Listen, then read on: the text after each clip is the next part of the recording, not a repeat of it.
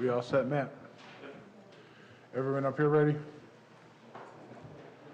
I'd like to call the meeting to order. Would everyone please stand for the Pledge of Allegiance? I pledge allegiance to the flag of the United States of America and to the republic for which it stands, one nation, under God, indivisible, with liberty and justice for all. Madam Clerk, could you please call the roll? Trustee Gray. Present. Trustee Caprio. Present. Trustee Rogers. Present. Trustee Suisse. Present. Trustee Pazmino. Trustee Backel. Present. Mayor Yukich. Present. Are there any amendments to the agenda? Okay.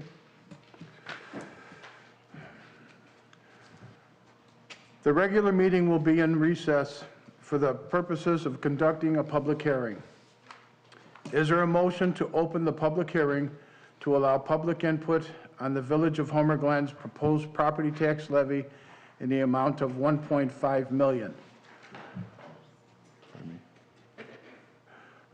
A public hearing note, oops. All right, I need a motion. So moved. I'll second. So it'd be Trustee Rogers and Trustee Backel. And just, I'd like to let the record show that Trustee Pazmino arrived at 7:03.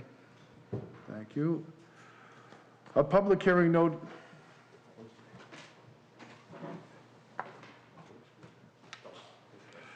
Okay. Christine, could you call for a vote? Yes. Trustee Backel. Aye. Trustee Rogers. Aye. Trustee Suisse. Aye. Trustee Caprio. Aye. Trustee Pazmino. I'd like to reread the, I just walked in, so I need to, can you reread what I'm voting on? We are just in a public hearing. Oh. Aye. And Trustee Gray. Aye. Did we get a, did Trustee Pazmino then vote, or? He said aye. Okay, thank you. A public hearing notice was published both in a newspaper and on the village's website as required by law. This hearing is also being held remotely via Zoom due to the COVID-19 pandemic. 1, the corporate and special purpose properties tax extended or abated for 2019 were $0. The proposed corporate and special purpose property taxes to be levied for 2020 are $1.5 million. This represents a 100% increase over the previous year. The property taxes extend for debt service and public building commission leases for 2019 that were $0. The estimated property taxes for the levied for debt services and public building commission leases for 2020 are $0. This represents a 0% increase over the previous year. The total property taxes extended or abated for 2019 were $0 for the Village of Homer Glen, Illinois 60491. The estimated total property taxes to be levied for 2020 are $1.5 million. This represents a 100% increase over the previous year. And Mr. Mayor, if I will, I just wanted to explain the reason for the hearing under Illinois law. Anytime a tax levy is over 5% of the previous year, you're required by law to have a truth and taxation hearing, which is what this is. Obviously, it was 0 last year, so it's an increase of more than 5%. So that's the reason for the public hearing. And then at this point, Mr. Mayor, if there's nothing else, you want to just open it up to the public? Yeah. So we will have public comment now. So if you've signed in, you can come up to the podium. It's going to be a 3-minute limit on it. We do have a bunch of people here, and we want to make sure everyone gets a chance to speak.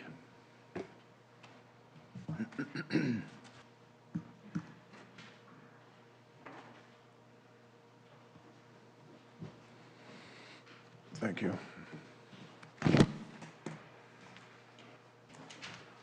Wayne, you're first.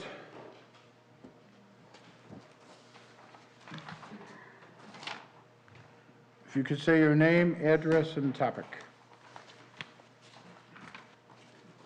Wayne Felgenhauer, 14641 West 143rd Street, Homer, Glen. First of all, I'd like to thank the mayor and the trustees for putting together, and I think Carrie Frilling was also helping out on that detailed analysis of the proposal for bringing the road district together. I'm really impressed with that. I've seen other ones, and it was very detailed. Thank you.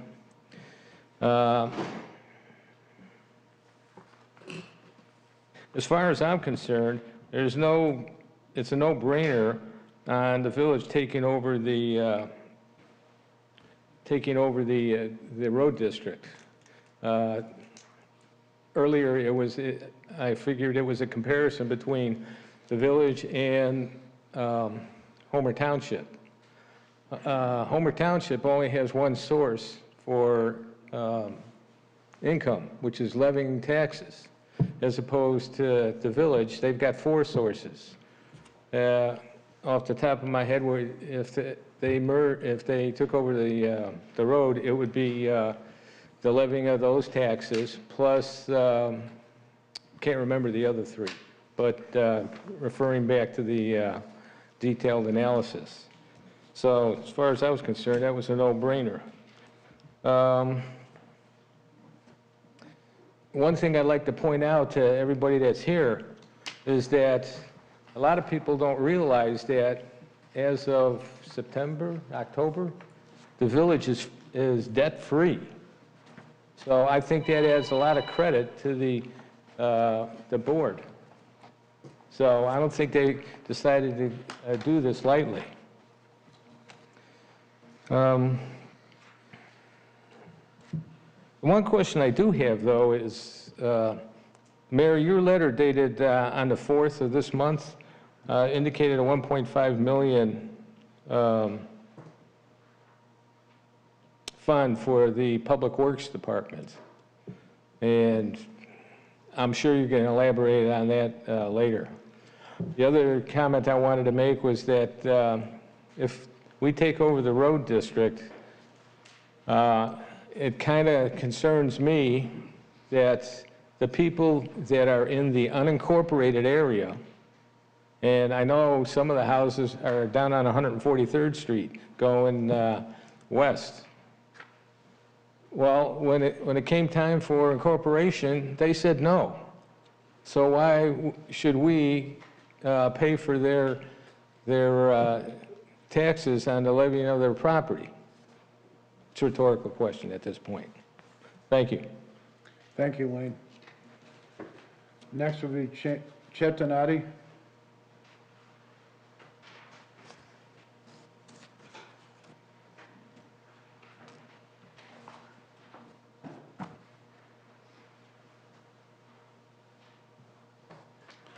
Chet Donati, 16135 South Pinole Court, Homer, Glen, 14-year member of the original Public Safety Committee. I totally do not agree with my former colleague that came up here, the gentleman may be misinformed from what I was told. The reason I'm here today is because I received several phone calls about this, and it doesn't make sense. Mr. Mayor, you're a businessman like I am. We're going to spend $750,000 plus of our taxpayers' money for this road district thing and put people in a job that they may not be having after the first of the year. And I don't get it. It's not a win for anybody. It's an extra expense. We talked about, and I appreciate the gentleman's information he got about being debt-free. The only one that's not going to be debt-free is us, the individual people of this town. We're going to add an average about $200 to $300 in taxes on their homes, especially in this pandemic. Nobody can figure this out, because I have, and it doesn't sound good. We had issues on this road department. When I was on the Public Safety Committee, there were issues about something about misappropriation of gasoline in that by certain people working for that department. So maybe people should take a look at what happened to that deal, because that got swept under the rug when I was on the committee. The committee was disbanded because of the fact that, maybe things were getting to a point. I've heard also, our village manager came from Orland Park, was let go by Orland Park, by the mayor. And so, and wants this to be another Orland Park. We are not Orland Park. I put my taxes up double. I'm retired. I have family members running my company, but I'm in a little bit better shape than the average person. So how anybody can understand how this is going to be a win-win for everybody here, you people got your head in the sand. You got a contractor that's got a no-bid contract that gets 10% of everything that's done on any improvements by the town. How did that slide by the rest of the people? You people don't show up until there's a problem. When there is, you put your heads in the sand, like I said before. I definitely am not for this. And, you can get too big for your britches. Well, I came from a town as a retired police officer where the village officials thought they were too big for their britches. Well, there's somebody with bigger britches, and they wear black suits and carry gold badges. Thank you. Thank you, Chet. Next would be John Walters.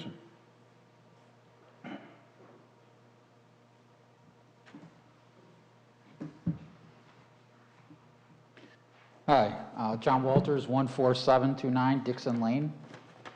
I'm going to read this. Shall the road district of Homer Township, shall the road district of the Township of Homer be abolished and the rights, powers, duties, assets, properties, liabilities, obligations, and responsibilities be assumed by the Township of Homer? Nowhere in here does it say, unless I was missing the small print, that we're going to have a tax increase, a property tax increase. First time. Do you guys, trustees, Carlo, Beth, Keith, Sharon, do you guys want to be the guys that start this, Ruben, start this initial tax levy on our property taxes bills? I know it's $57 per 100,000 of market value, but that's the first domino. You push that domino and it's like, what do we want to do next? What can we build now? Hey, we can dip into the property taxes. We've already got stuff going there. This is bad news to start a property tax on the owners of homes and property in Homer Glen. And especially at this time with everything that's going on. Yeah, ho, ho, ho, Merry Christmas. I'd like to make an apology while I'm up here to Christina. I posted a picture of the village board. I meant it to be for the trustees that we're going to vote yes on this, that we won't forget who you are. If you vote yes on taxing our property, we won't forget who you are. But I know the clerk doesn't get a vote. And Christine, I apologize if this caused you any grief. You're a friend of mine, and from what I understand, you do not agree with this, that you actually thought there were some other funding options that we could explore. And I think that that's what we should do. We're putting millions of dollars into the park here this year. We don't have to do it right away. There's no hurry. When we first looked at the park, we thought this was going to take 15, 20 years with the gas tax to build out. We can use some of the money that's earmarked for the park, for the road district for the first year, till we figure out how we're going to pay for it. If you guys want the road district, figure out a way to pay for it without dipping into our property taxes. Thank you.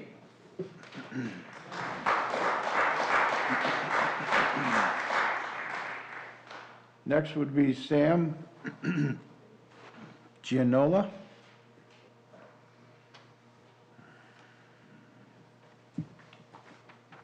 Hi, Sam Gianola. I live at 16705 West 138th Street. This is a tough year to raise taxes to start. I bought a house in this township 3 years ago, and I lived there with my wife and my 10-month-old son, Frankie. I work with farmers, and I depend on face-to-face meetings to meet customers and make money. To put it lightly, this has been by far the hardest year of my 6-year career, not being able to meet. In the past year, I haven't been able to have any meetings, which my small business has taken a major hit. Doing business over the phone and using video calls is honestly and simply not effective at all at this time yet, until we learn more about how to do this and everyone's more on board with it. From last year, November, to this year's November, my business is down 33% and dropping from this COVID. I think I speak for more than just myself and my family to say if there is ever a time to raise taxes, this is not it. Just give us more time for things to get back to normal, or at least learn how to do business in this new world and revisit this down the road. Thank you, Sam.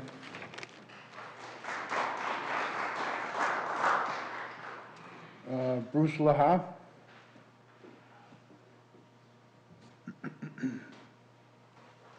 Bruce Laha, Bruce Laha, 13136 Rado Drive North, Homer Glen.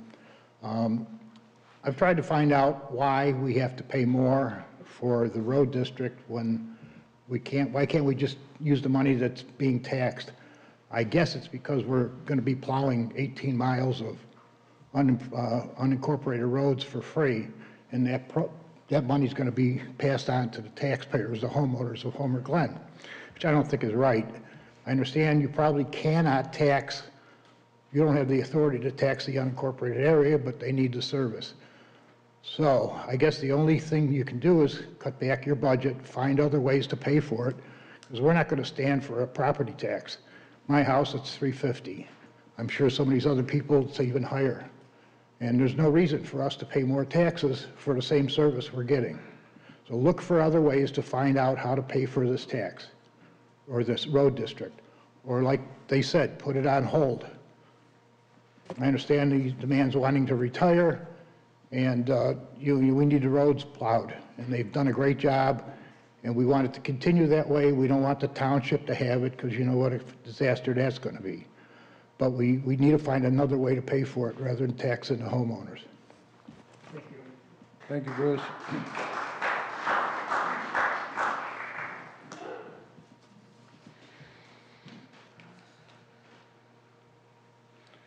Next would be Roy Adcock.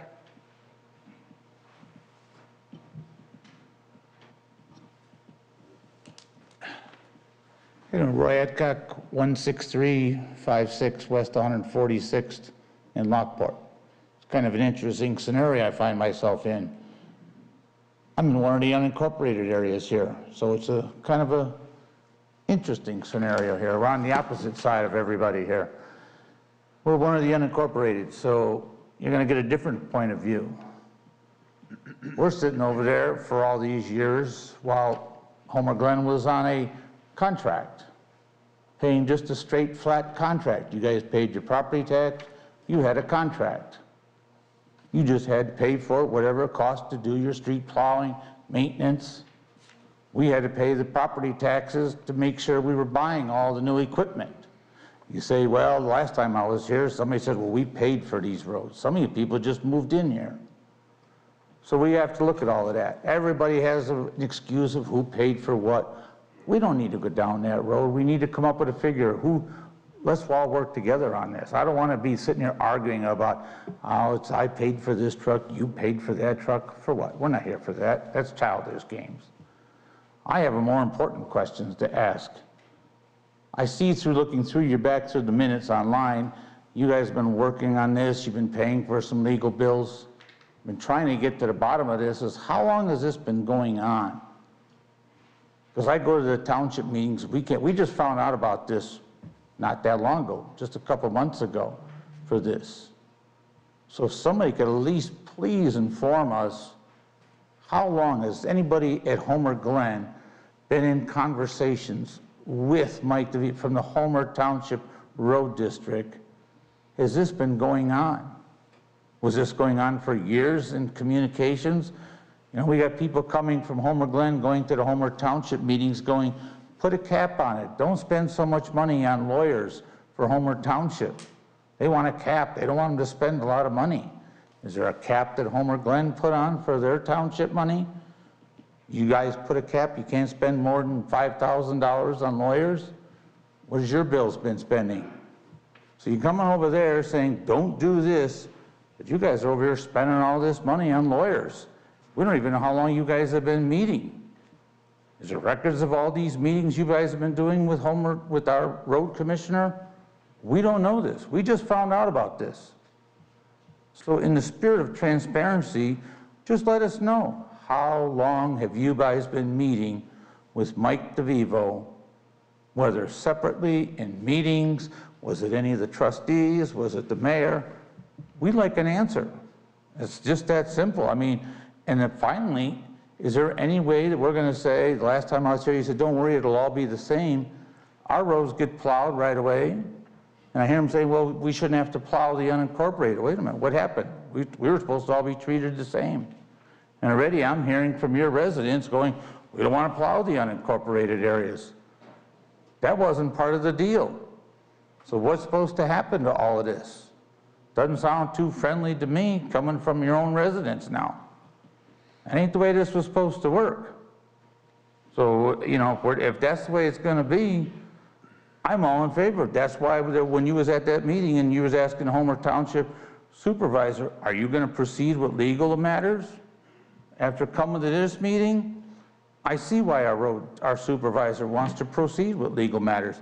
You guys want to stick it to the unincorporated people. For what? That ain't right. Thank you.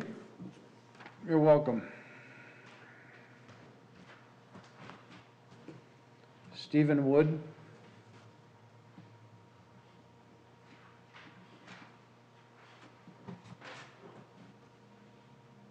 Hello. Steve Wood, 16220 Wildwood Lane, Homer Glen. I kind of came for a different topic than all that. I was interested in hearing about it, but I just saw the agenda and a lot of the details for some incentives for a new business that's coming in. I applaud the effort for that, for coming up with some incentive, I guess, and appreciate what the board did. Should this be part of the public hearing or should we? Yeah, Steve, we'll bring this up when we have you We're in the before public us. hearing right now. Okay, I was on there and I wrote down what I had on there. Yeah, but we're in public After we hearing. close the public hearing? Sure.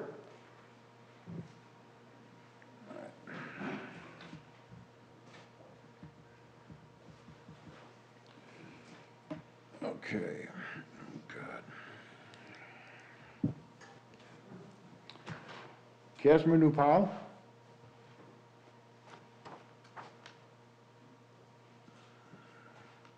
$154.22 Bulger Lane?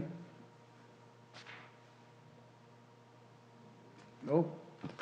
Okay. Pat Forkin?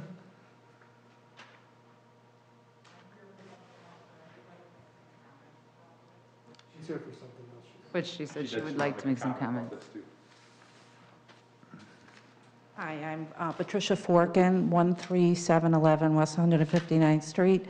I've been in Homer Glen since 1973. I loved Homer Glen when I came out here. I feel very frustrated when I see taxes go up, and I really wish that Homer would concentrate on developing more commercial, being favorable to developers to help us, that we could bring in more funds instead of taxing the people that are already here. It's like preaching to the choir. So that's all I have to say about that. Okay, thanks. Thank you.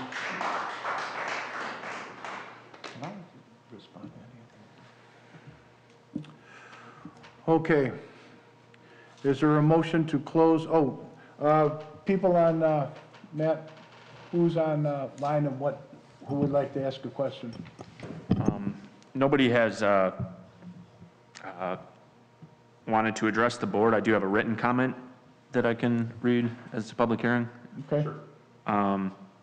This is from Rudolph, and there's another speaker I'll go to after this. So Rudolph says, just say no. We moved out here because of the small town feel with the many opportunities we have here and can travel 5 minutes if there's something needed not here.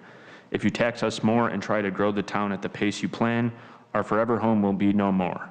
The more growth, the more power you want, the more crime, the more costs will go up, property value will go down. We need to work to preserve, not destroy our beautiful town. If you want riffraff, more crime, less of the friendly atmosphere, go to Orland. We pay high taxes now and see no need to raise taxes. Government works for the people, not the people working for the government. Government is a cartel, and you are shaking us down for money that really isn't needed.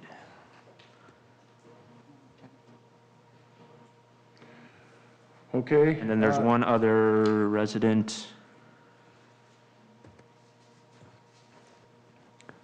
Cap, you've been unmuted if you would like to address the village board. Thank you so much. Layla Kaffmeyer, 13530 South Chippewa Trail. I just want to say this is not a time or a place to raise taxes. We need to look at different ways to make funding. Also, I have sent several emails to the mayor, clerk, trust managers, village managers, assistant village manager. I have yet to receive response back. It's going to stay back as early as October.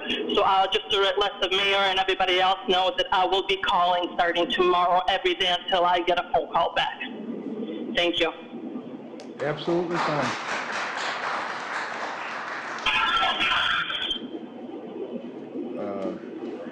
Okay. Is there anyone else, Matt? Joe, would you mind checking the sheet one more time? I saw that there was a few late people, but I wasn't sure if they signed in to speak. And yeah, there's just one short comment from Mark G. The vote to levy a property tax appears rushed. Has the village researched other funding options for the road district? There are many other options. Okay. And that appears to be it for Zoom. Okay. No one else signed in? Tony?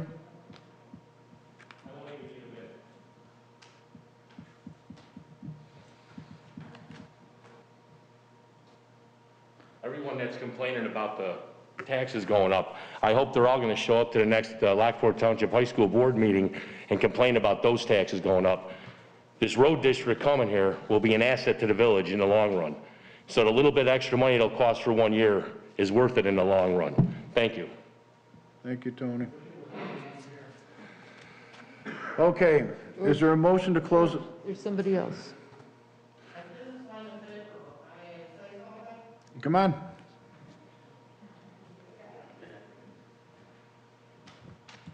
Is there anyone else?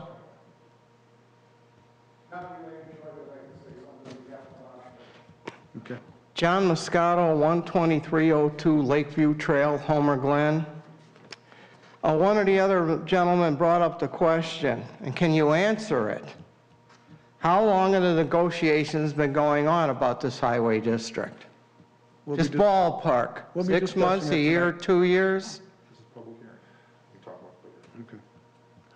We're going to be talking about it later. Okay.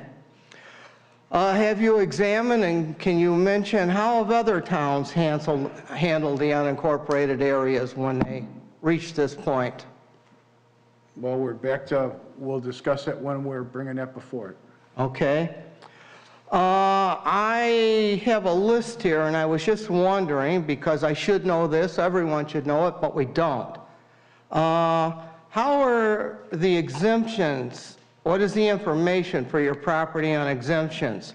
For instance, do we have senior freeze, long time, returning veterans, disabled persons, disabled veteran standard, and disabled veterans? Do we have that in our community listed and is available to the citizens of this town? Carrie, you want to take that one? Yes, actually, those exemptions are administered by the Will County, and so those would still be in place. Do they have all of them I've listed, do you know? You would have to ask them directly. We don't do the levy ourselves. The Will County does that, but those exemptions are still eligible. Even for this dollar amount, they would be eligible. Okay. I recently attended a meeting. I don't know if it was considered a zoning board meeting. And one of their big issues, I don't know how many of these same people were on that committee. Do you know which meeting I'm talking about? It was about 3 weeks ago, held here. Yeah, that was a planning commission public The hearing? Planning Commission. Which is separate from this. And one of the big things that was pushed was density, density, density. And I pretty much made those same comments here, but maybe the people here could have some influence working with them on my thoughts about this density idea, that they wanted more multi-dwellings and shortcuts on how many people, how smaller lot, things of that issue. And I asked them, and I'm asking this committee the same thing, what is this rush to density? But more important, what would you be trying to accomplish? You just have to look east of you into Orland Park. There was a day when they started out just like this town did and had about the same amount of people. And then with every new committee, with every new meeting, with every new year, they talk, you know, we need density. And look what's happened to them. When they got more roads, they got more businesses. When they got more businesses, they got more people. But when they got more people, they needed more roads, and they needed more businesses, and on, and on, and on. And they lost what they were, and it seemed like we were running as forward as fast as we can to put ourselves in the same position with the multi-dwellings in that. I'd like to say, oh, when I saw them build like this, everybody's taxes went way down because it was distributed so much. Can any one of you tell me anywhere in this country, any single town, where that ever happened? It's a false reality. It doesn't happen. You end up, go from A to B and B to C, but B ends up looking like A, and then C looks like ending up A, except you got density. The town is wonderful like it is. I don't think it ever ends up helping your tax base. It just costs you more, so then you tax more, but then you get more people to pay the taxes, and it's just one big snowball that wrecks your open areas. You can build, have more people, 10 more parks. Excuse me, Mr. Moscato, you are at 3 minutes. Okay, thank you. And I appreciate if you got any thoughts to share it with the Planning Commission on what I'm trying to say. Thank you.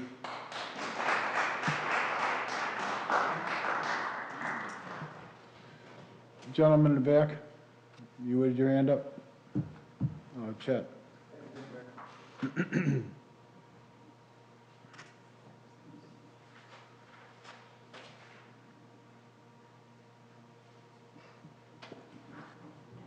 I'm done speaking my piece about the other stuff.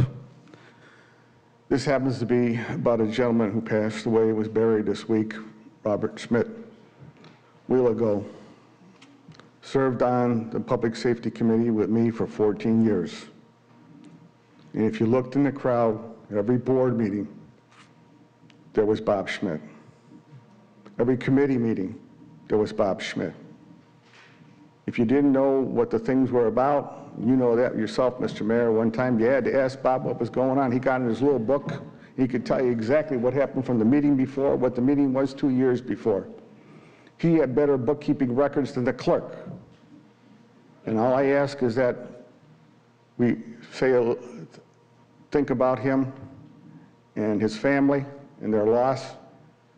This guy believed in this village like I believe in this village, and I thank you for the time. Thanks, Chet.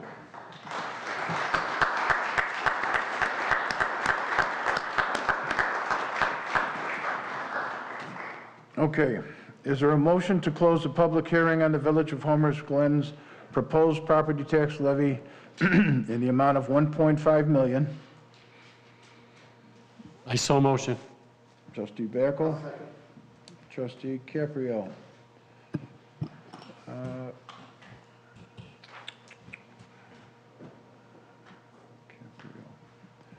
Okay, any discussion on it? Madam Clerk, could you please call the roll? Trustee Rogers? Aye. Trustee Suisse? Aye. Trustee Caprio? Aye. Trustee Pazmino? Aye. Trustee Gray? Aye. Trustee Backel? Aye. Okay, the meeting will be called back into order. Next is approval of minutes. Is there a motion to approve the minutes of October 28th, 2020 Village Board meeting? So moved. Trustee Gray, I'll second. trustee Suisse, discussion.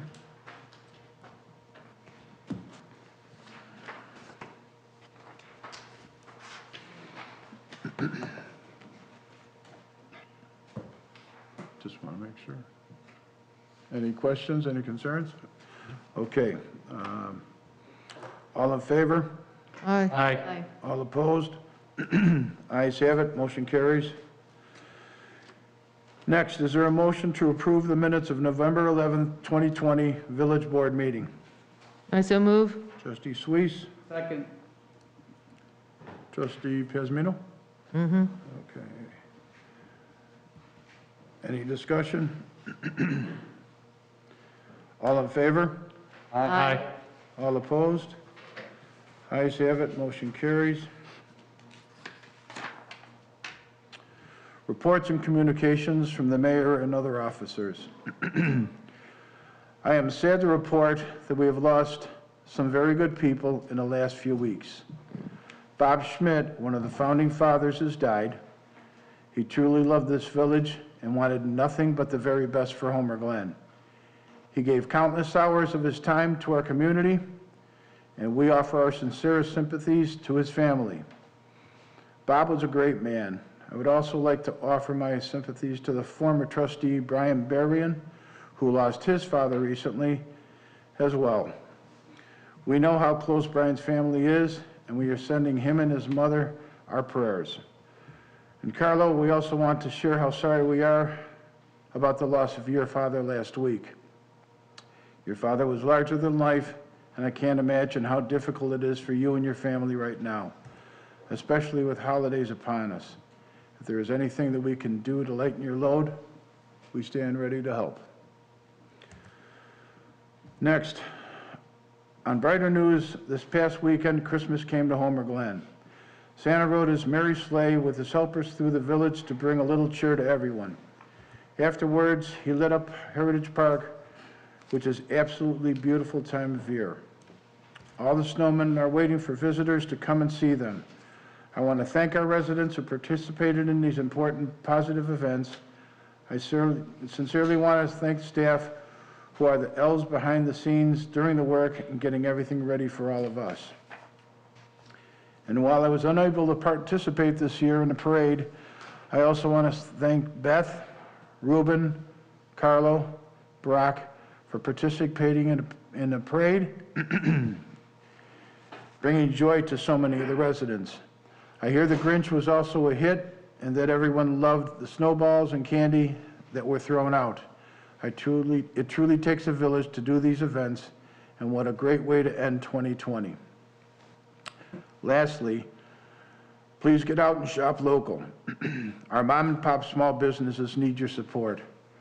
Remember to turn in your shopping receipts to the village for a chance to win $250 in gift cards from our local small businesses. There are 10 new winners each week. Get out and shop in Homer Glen. Lastly, tonight is our last board meeting of the year, so my family and I want to wish you all a very Merry Christmas, and we'll see all of you back in January. We'll start out with the trustees. Trustee Pazmino. Thank you, Mayor. I have nothing to report, but I would like to wish, as our last meeting, happy holidays to everybody and their families. Thank you. Thank you. Trustee Suisse. No report tonight. Trustee Caprio. No report, Mayor. Trustee Rogers. No report. Trustee Backel. Thank you, Mayor. I've got a couple things from the Public Safety Committee. We just did the flyover of Long Run Creek last week, and apparently it went well. We're in the process of going over the films. Joe has those currently, and we're going to be moving forward after we get those films placed on a map and we can see where the issues are in Long Run Creek. And second, I would like to thank the entire village staff for all the hard work and the endless hours spent making the Santa Parade such a special event. And I'd personally like to thank Sue Stylen and Amy Blank. They were in the pickup truck with both Trustee Caprio and myself, and they kept us loaded with snowballs and candy to pass out, and that was truly a full-time job. The feedback from Facebook was absolutely overwhelming, and I'd just like to share just a few of the comments, along with a few positive suggestions for next year. And it was such a big success that everybody seems to want this to happen again next year. Mary Zach commented, "How about a float with some carolers?" And I thought that was a good idea.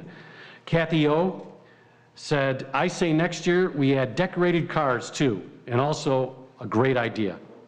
And of course, stealing the show, Linda Herdler commented, "Beth Rogers was an amazing Grinch." And I have to agree. That was a great job, Beth. I was not comfortable wearing that costume. It was amazing. My grandson, Grant, loved the Grinch. And again, Merry Christmas and a Happy New Year to everybody. Thank you, Mayor. Thank you. Trustee Gray. Thank you, Mayor. I just would like to echo everybody else's sentiments on the holiday parade. I was not able to attend due to other commitments, but it sounds like it was an amazing success. And I'd just also like to say that since this is our last meeting of the year, 2020 has certainly been a challenging year for many reasons. I'd like to wish all of my board colleagues and all the village staff, and especially all the residents, a happy holiday season. Hopefully all the troubles of 2020 stay in 2020, and 2021 becomes a year of catch-up, recovery, dreams come true, all of that. I'd also like to say a fond farewell to Bob Schmidt. Bob was a good friend, known him for what I always thought was many years, but I know in this room, you guys, many of you knew him much longer, some of you for a lifetime. Bob was a good guy. Sometimes you're on his good side, sometimes on his bad side, but let's face it, even Bob's bad side was still a lot of fun. You know, he was a good guy. He was definitely a community supporter and good for this village. So, fond farewell to him. Thank you.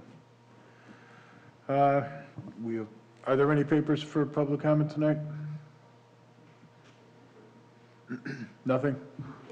We did have a gentleman that wanted to say something, I believe. Steve Wood. Steve Wood. Well, Steve's, okay, that's fine. Steve can come up here. Let's get done with a few other things first. Village Clerk. I have no report that wasn't already stated. Happy holidays to everybody, and my sentiments to Carlo, Brian Berrien, and Bob Schmidt. Village Attorney. No report, Your Honor. Public Safety. Just real quick, Your Honor.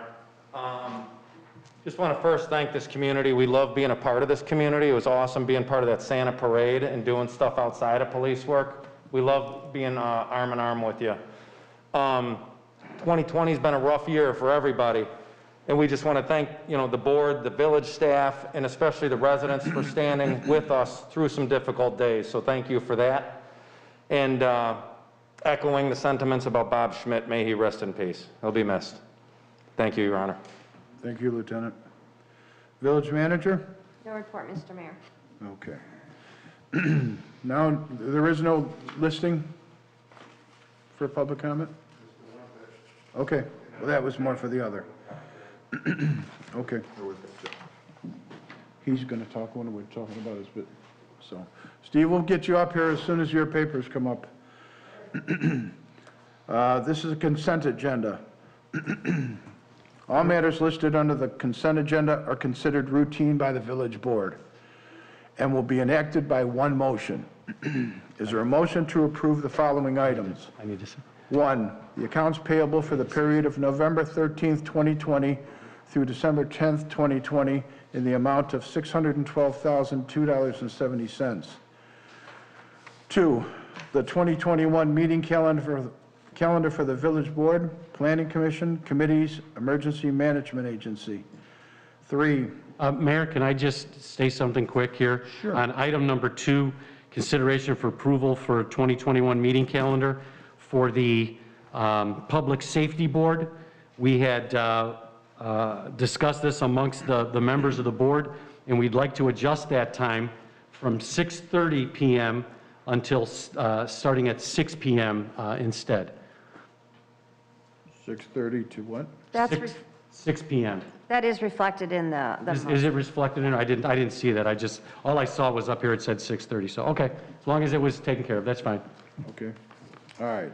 So, number 3, the Village of Homer Glen's October legal bills from Mahoney, Silverman and Cross LLC in the amount of $10,187.70. Payment for Tria Architecture's invoice number 3515 for Heritage Park Design in the amount of $25,237.10. Number 5, consider for approval the purchase of a 2021 Ford 250 pickup truck for the Facilities Department in the amount of $31,585. Number 6, consider for approval the budget of a 2021 Homer Community Festival for the amount of $186,800. Do I have a motion? Trustee Gray and Trustee Caprio. Discussion? Madam Clerk, could you please call the roll? Trustee Suisse? Aye. Trustee Caprio? Aye. Trustee Pazmino? Aye. Trustee Gray? Aye. Trustee Backel? Aye. Trustee Rogers? Aye. Motion carries. Next, is there a motion to approve ordinance number 20-054, an ordinance approving variance to reduce the required rear yard setback for the proposed residential addition for the required 30 feet, as shown on the Meadowview plat of subdivision, to 15 feet for certain real property located in the R5 Single Family Residential District at 15427 South Badger Lane, Homer Glen, Illinois, case number HG 2014V. I so move. I'll second. Trustee Suisse, Trustee Backel, discussion. I just want to make a comment, Mayor. A case like this is a true hardship, and this is definitely a case where it warrants a variance. I absolutely agree. This is a definite hardship situation, and there should be a motion for approval on it. Any other comments on it? I agree with it too. It is hard for him. So, Madam Clerk, please call the roll. Trustee Caprio? Aye. Trustee Pazmino? Aye. Trustee Gray? Aye. Trustee Backel? Aye. Trustee Rogers? Aye. Trustee Suisse? Aye. Motion carries. Next, is there a motion to approve ordinance number 20055, an ordinance approving a variance to allow a commercial use multi-tenant monument sign on an A1 agricultural district property where monument signs are not allowed pursuant to 220-1005 signs of the Chapter 220 zoning of the Code of the Village of Homer Glen for certain real properties located in the A1 Agricultural District at 13711 West 159th Street, Homer Glen, Illinois. I so move. Trustee Caprio, I'll second. Trustee Backel. Discussion? I have a comment. I know they were grandfathered in a long time ago using an ag zoning for commercial use.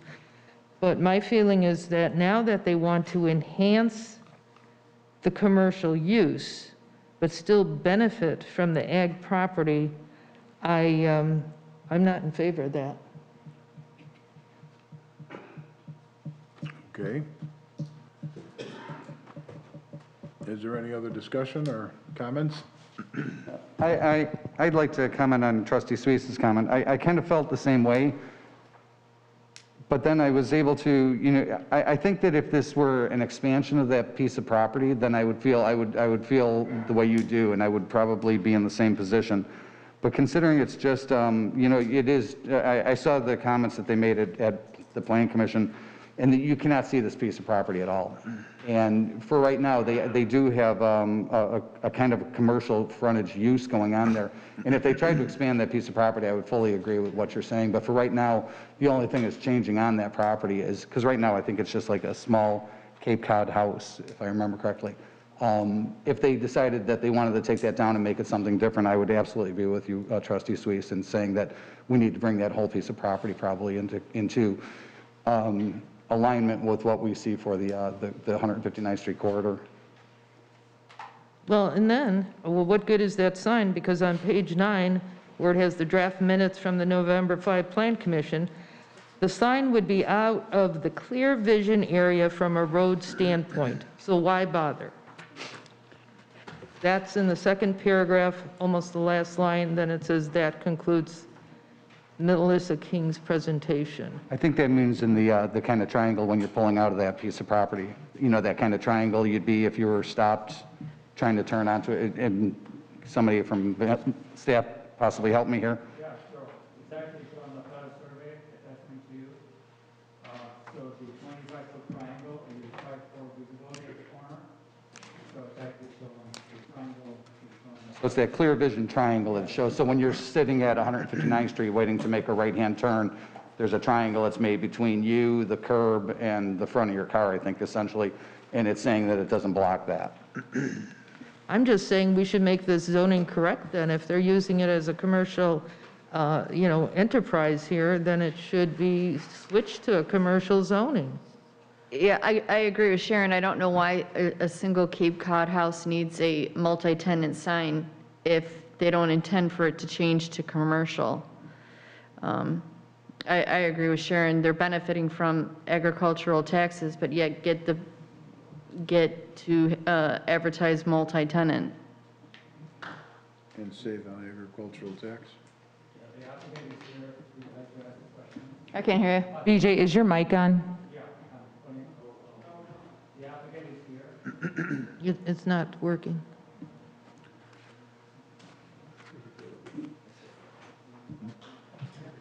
He says the applicant is here.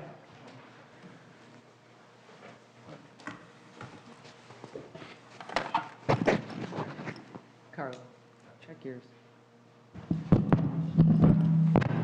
Got it. Thank you. So the applicant is here. If you would like to ask the questions. Too loud. Oh, sorry.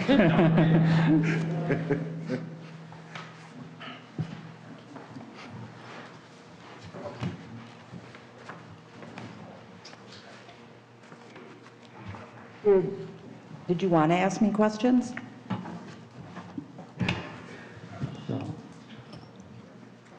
No, I made my statement because I think in my opinion,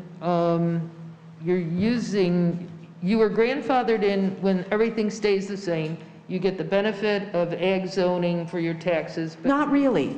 I'm telling you, I paid $14,000 in taxes, so I don't know how that could be ag taxes. My husband has passed away. He was going to bulldoze it down because he was so upset with the amount of taxes that he had to pay. It was an engineering office and it was a construction office that he used. He passed away.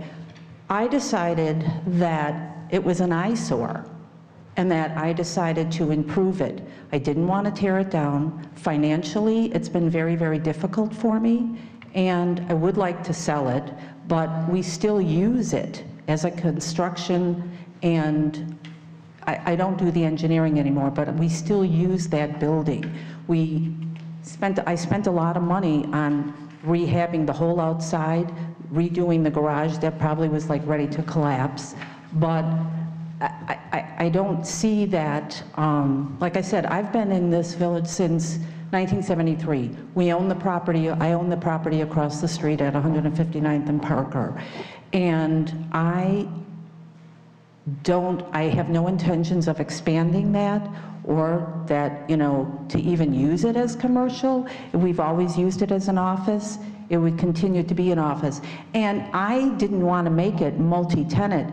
The sign company is what designed and put the 3 signs. He says, oh, that would look nice. There would only be one name on there.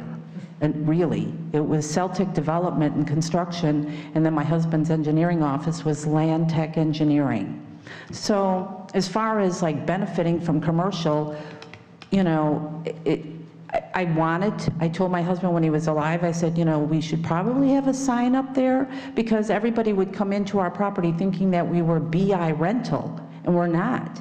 So, you know, it's like, you know, if I'm going to try to be successful with the property, I think it does need a sign, and it would be designed, actually, it's the same company that you're going to be using for your sign here in Homer Glen, that you're talking about building. So the company is very good. I have no intention of having some big commercial thing there. And like I said, I have never benefited from, like I say, to me, $14,000 is a lot for that little building. And then, I don't know what I know agricultural taxes I pay across the street because we do farm it, but as far as, you know, anything with that, like the taxes, it's a hardship for me right now because the facility is empty. I don't generate anything from it. All I do is pay money out. It's not even bringing in any money. So. I have a question for Trustee Sweet. Would it be better if she just... Can you please talk into your microphone, Ruben? I'm sorry. Maybe if I take this off. Would it be better if she just had one sign on there instead of three? Well, it is one sign, it just has 3 applications Right, on it.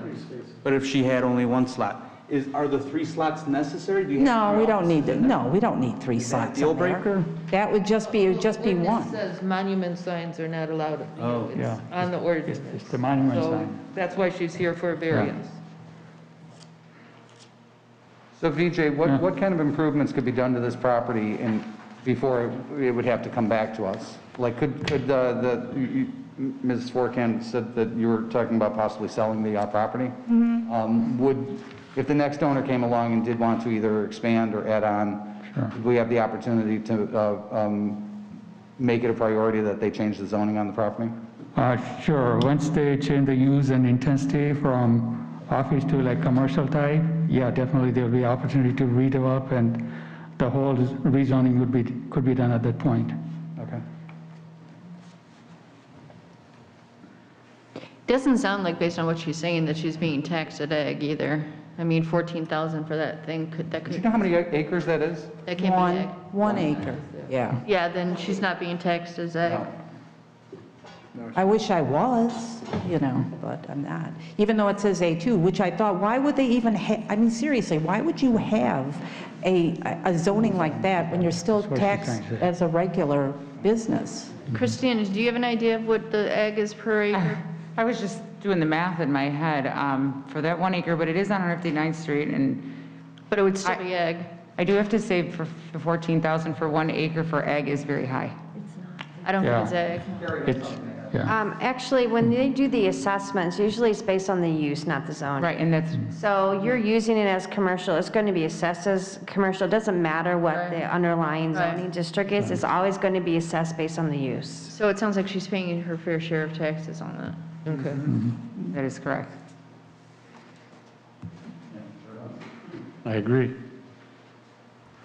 If you don't need all 3 placards, What reason would I need them? You know, I don't. I'm just saying that was the design that the sign company came up with. I said, could they make a design so I could have it for the presentation? And then he said, well, this would look really nice.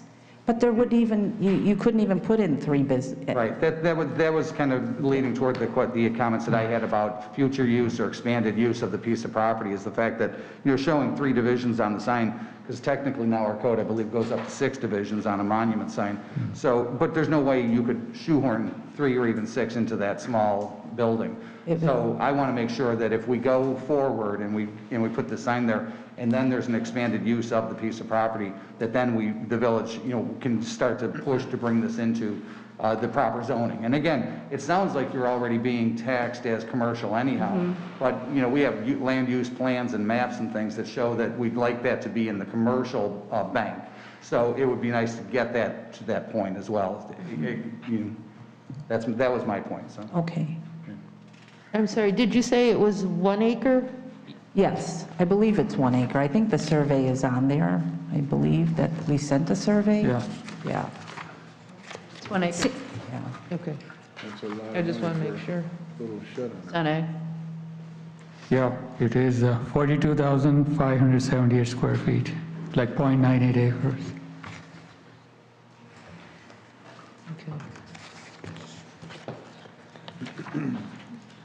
I think the rendering is what just threw a couple of us off, that's all. And the monument sign is really, what are you putting it out there for?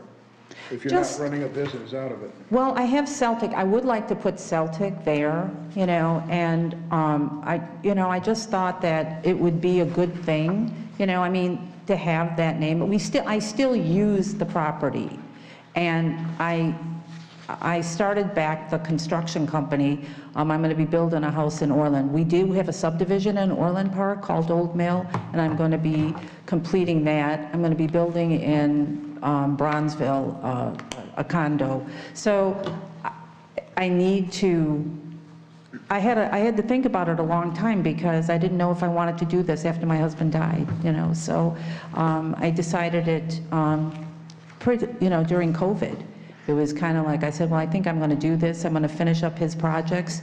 And I think it would be good. I have 2 sons. One's a structural engineer and one's an attorney. So they, my son comes out, he goes to court a lot in Will County, and he can also use that facility to meet his clients there. But we would just have it, I just think people just blow past it, like I said, or they just think that way. They come up and they think it would be, BI Rental. And I'm friends with BI Rental, but we're not BI Rental. Okay, anything else? No, I think I feel a little bit more comfortable knowing that she's more or less having a commercial tax for that property instead of something else. Okay. So the way it would read then, if you don't want the 3 signs up there, we're going to approve the monument sign with just one? No? Oh, so, all right. Yeah. Okay, then please call the roll. Trustee Pazmino? Aye. Trustee Gray? Aye. Trustee Backel? Aye. Trustee Rogers? Aye. Trustee Suisse? Aye. Trustee Cabrio? Motion carries and you've got it. Okay, thank you very much. Thank you. Thank you. Thank you. Okay. Next, is there a motion to approve ordinance number 20-056, an ordinance approving, 1, a variance to reduce the required driveway setback from 5 feet to 0 feet pursuant to 220-614, other residential standards of Chapter 220 zoning of the Code of the Village of Homer Glen, and 2, a modification to allow an obstruction to be placed in a public utility and drainage easement pursuant to 138-7, easements in the utilities of Chapter 138 land use and site development of the Code of the Village of Homer Glen for certain real property located at R-3A single-family residential districts at 13838 West Stonebridge Woods Crossing, Homer Glen, Illinois, case number HG 216V, subject to the following conditions. 1, prior to a building permit being issued for the expanded driveway, an encroachment agreement be recorded against the property and a maintenance plan agreement to be recorded against the property. Is there a motion? I would like to make a motion, but my motion would be for denial of the variance.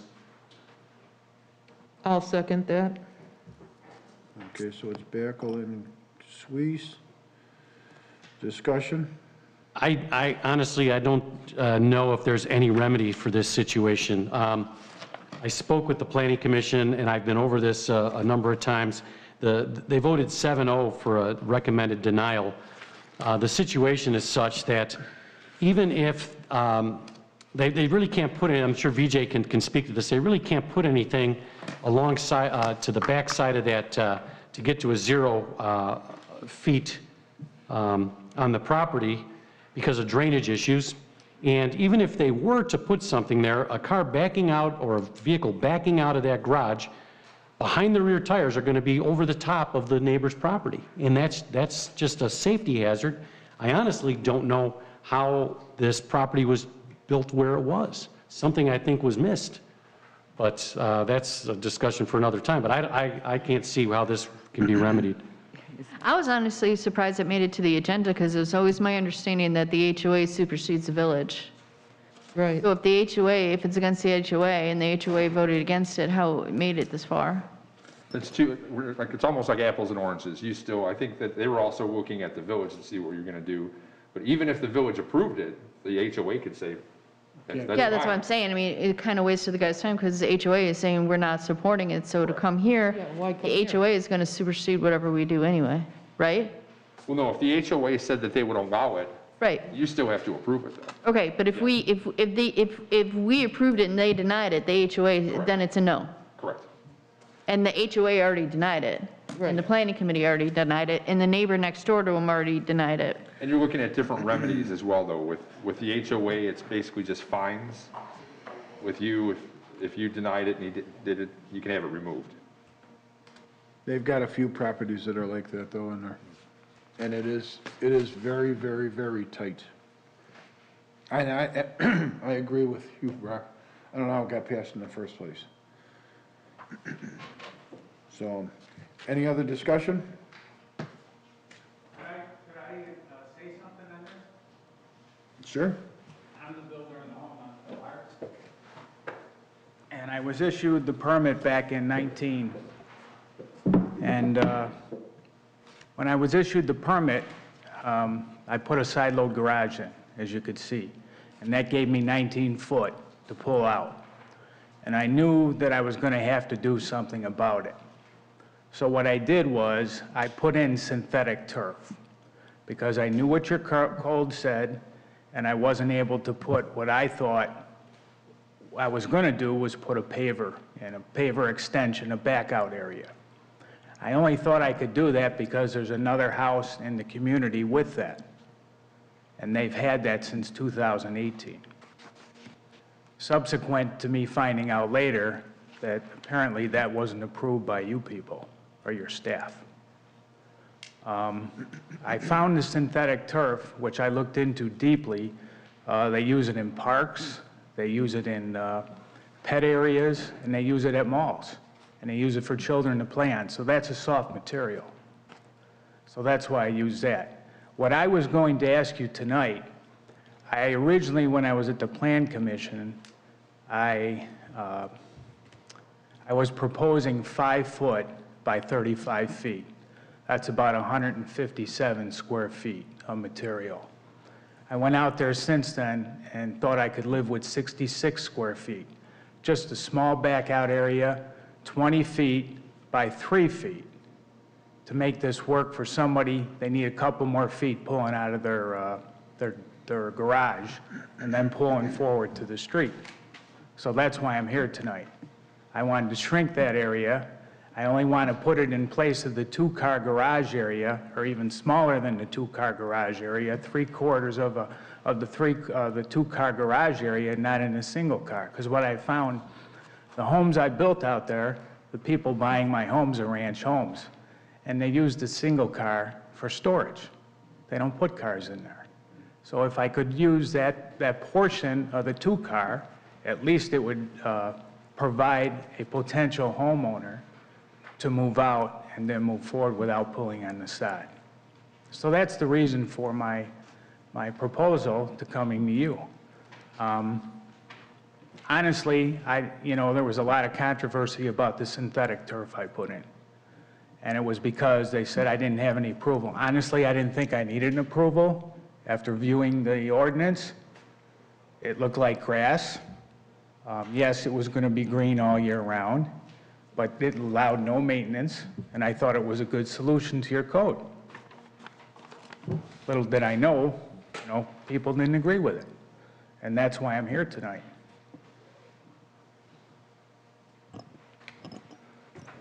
Mr. Hartz, I have a question for you. You're currently trying to sell this house? Yes, recently I've had three potential buyers. I will not sell the house until I get somebody interested, which I've had interested, and I meet them out there personally, tell them to pull in the garage and pull out and see if it'll work with their vehicle. Otherwise, I want to disclose it. It's not fair to sell somebody a house and them not know what they're getting. Well, that's great that you do that, but I mean, if you were to go ahead and do this, don't you think there's a reasonable chance that your HOA is going to bring some sort of action against you, which will hold up the sale anyhow? I mean, it seems to me that there might be a solution here to widen the driveway by the 8'9" that it seems to be set in from the far, I'm going to call it the left lot line. I don't know the direction on this thing, but if you were to widen that garage facing and make the garage face the street, you'd have to alter your driveway a little bit. I get it that there's a hardship on you for having to do that, but that seems to take care of a lot of those things. Economically, that doesn't make sense. It makes no sense at all. I've looked into that. I mean, you're talking about brick, windows, roof, garage floor, foundation, more driveway. Like I said, I get it that it's a big lift, no doubt, but I can't imagine how you can sell a house that's encumbered by a lien from your HOA if you were to go ahead and do something that goes against their. I mean, I don't live in an HOA subdivision, but my understanding behind those rules and regulations is that they're enforced for the reason that, you know, people bought in there for those reasons. They don't want to have a situation just like this where it comes up later on where there's a relaxation of those, so. You've said also, Board, that I was denied at the HOA level. I never took this formally to the HOA letter. I know what's in the packet. Right. I know what the letter says. That gentleman that wrote that was not on the board at the time. He was on the board, but he was not the president. And I never took this formally to the HOA. To ask them for anything synthetic, paver, permeable paver is what I'm up for tonight. Never asked them about it. If I could make a suggestion, I think if the board, or one of the other options you have is to send this back to Plan Commission and give Mr. Hartz an opportunity to provide them with these revised schematics that he has to see if that works. Because I don't think you want to have a situation here where this board is voting on something or even trying to amend something that you don't have a picture in front of you or anything that shows what it's going to be. I think you'd want to do that as another option. I would also ask about the covenants of the HOA. Perhaps you should go get to the HOA and have them look at it too and see what their opinion of it is, what their, how they view it. You're right, Trustee Beckel, because the HOA is going to whether we say yes or no, they're going to be the final say on that. And so it doesn't matter what comes out of here. I didn't go to the HOA for this because I wanted to come to you first and make sure that I knew it was a code issue, and then I was going to go to them. That was the steps I was going to take. I didn't want to put the cart before the horse. I like the idea of sending it back, but I would prefer he go first to the HOA. Mm-hmm. If they decide they want to send it, let me know from there. And move it to the front of the garage. I think that's part of the part of planning is the HOA. So it'll be part of the packet for the planning would be an HOA.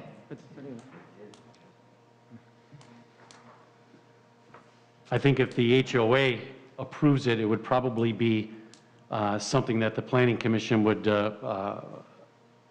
have a different view of, perhaps, so. It'd be better received. Yeah. So then does Brock need to rescind his motion? He does. So you're telling me, I just want to make sure I understand, that the HOA as president. Yes. Okay. It's their rules. Interesting.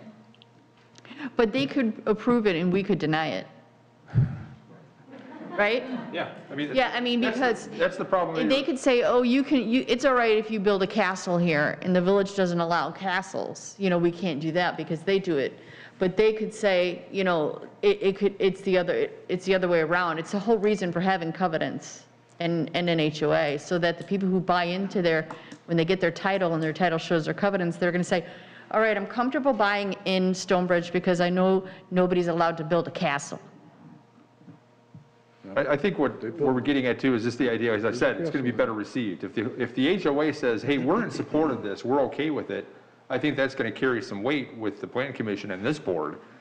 But I think without having that, it's a little bit difficult. That's when you're saying, do they have precedent? Well, like I said, it's apples and oranges. They're on two different paths, but in order to make sure that they both get approved, I think this board wants to hear from the HOA. So you're not wasting your time the opposite Interesting. way. It's a whole purpose, in my opinion, it's a whole purpose of having CC&Rs so that when you buy and you get that title at closing, you understand, you know, that the subdivision that you're building into is like-minded. You know, it might even be as simple as your subdivision doesn't allow asphalt. Well, the village allows asphalt, but we can't, the subdivision doesn't allow asphalt, but the village allows asphalt. So that, in that instance, the HOA would overrule it. If I may, can I ask a question? So if he goes to his HOA and they say, yes, we'll approve this for you, and he comes here, you guys can still say no. Right. Yes. So you're sending him away Right. to go be told, if they say yes, he's going to come back here and could still What we're possibly saying is until if he no. goes to the HOA and the HOA says yes, the public, then he goes back to planning. Planning's probably more likely to say, yeah, if they're comfortable, we're comfortable with it, and then we could be more in supportive of that. But with everybody being against it, Is there an intermediary that he could probably propose that plan to that's not a formal commission? Maybe I could kind of guide him in the right direction before he is in front of us again or in front of the planning commission? That would be his HOA. No, but after he gets his HOA approval and they say you're good, instead of doing this to him again, is there a way to send him somewhere like No. VJ or just somebody, just so they could look at the plans before he, says, you know what, you're on the right track, you have a chance. that's what they always do. That's the process. Right, but that's what. That's BJ's. No. Yeah, that's Is there a BJ's person he job. could see? That's what he does. All right, so it would be VJ. You come- You know, I appreciate your direction in this. However, I think I need your approval first before I go to the board. I really feel that way. I think it's pretty clear you're not going to get the approval of this board right now. That's why I'm suggesting that it get pushed back or sent back so that way you have an opportunity to work with it. If they deny it outright, you're done. I would also say that, this homeowners association in this particular subdivision is fairly strong, and we have a pretty good relationship with them. I'm sure that we could reach out to them and try to see what their feedback is on it. There's a lot of subdivisions in the town that don't have an active HOA. This one has a very active HOA, and we've dealt with them in the past. I personally would be happy to call them up and have a conversation with them and see what their feedback was on it. I believe your staff has already done that. Yeah, they did, so. And I mean, my other comment is even if in your revisions or whatever you were thinking, if you're still going to be at 0 foot on the property line, I would be definitely against that. No, that isn't my proposal. It might say that, but I said tonight, what I would do is reduce it to 3 foot by 20 feet. 22 feet, 66 square feet. That's almost 100 square feet. I've reduced it. So I'm just giving them a backup area. I'm not extending the driveway. This isn't to have a resident drive on it. It's to provide a back out area. That's all it's for. Mr. Mayor, if I could add a comment. If you look at the staff supplemental sheet, the page 1 of that provided to the board, staff did try to reach a compromise with the HOA of the neighborhood. Staff reached out to them and asked if whether they would be agreeable to reducing the driveway to 2.5 feet. And both the HOA as well as the adjacent neighbors said no, that they would not agree to that either. So those attempts to try to find a compromise did not work out, but staff did try to do that. Even with this material that he's proposed? Oh, they saw all this too? Yes. Well, he had it down at one time. So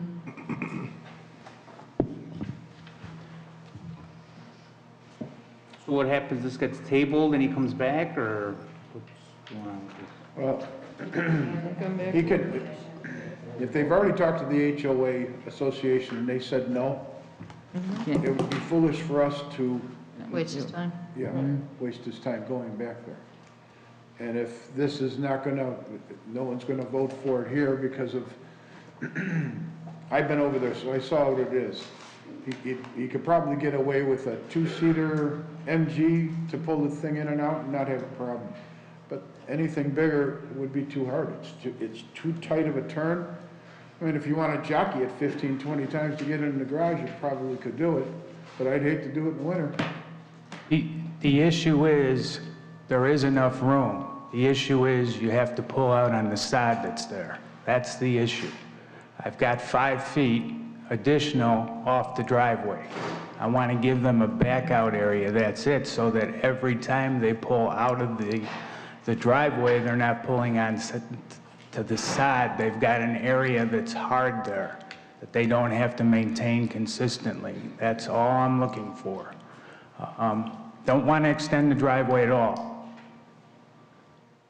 I would, there are 2 options I think that are available, just so we make sure that we all understand what those options are.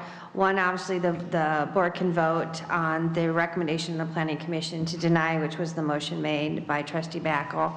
If that gets approved, you're going to have to wait a whole year to come back with a solution. So I just want to make sure everyone's aware of that. The other option is you can remand it back to the Planning Commission and see if there is still a way to reach a compromise.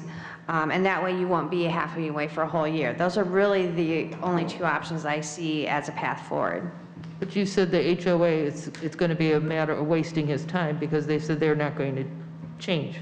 Maybe he brings his lawyer this time, I don't know. Yeah, because it It's says being right done here, elsewhere, I'm sorry, Mayor. neither entity is supportive of any expansion beyond the existing driveway. None. So he'd have to get them to change their mind first. Yeah. And I do feel bad for the neighbor next to him who's like, you know, they bought and signed a title where they had understandings of what covenants they were going to happen there. But I look to you, sir, what would you prefer for us to do?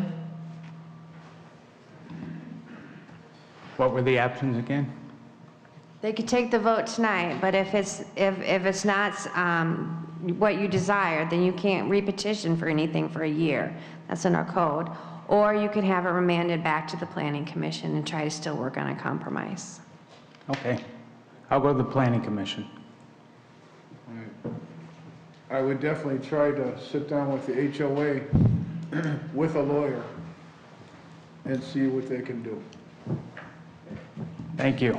So Carrie, how do I remend my, Just offer a substitute motion. sorry, Mr. You'll offer a substitute motion to remand it to the Planning Commission. Yeah. So that's what I'll do. I'll ask for a substitute motion to send this back to the Plan Commission. So move. Trustee Suisse was the second. Second. I'll second. It's okay.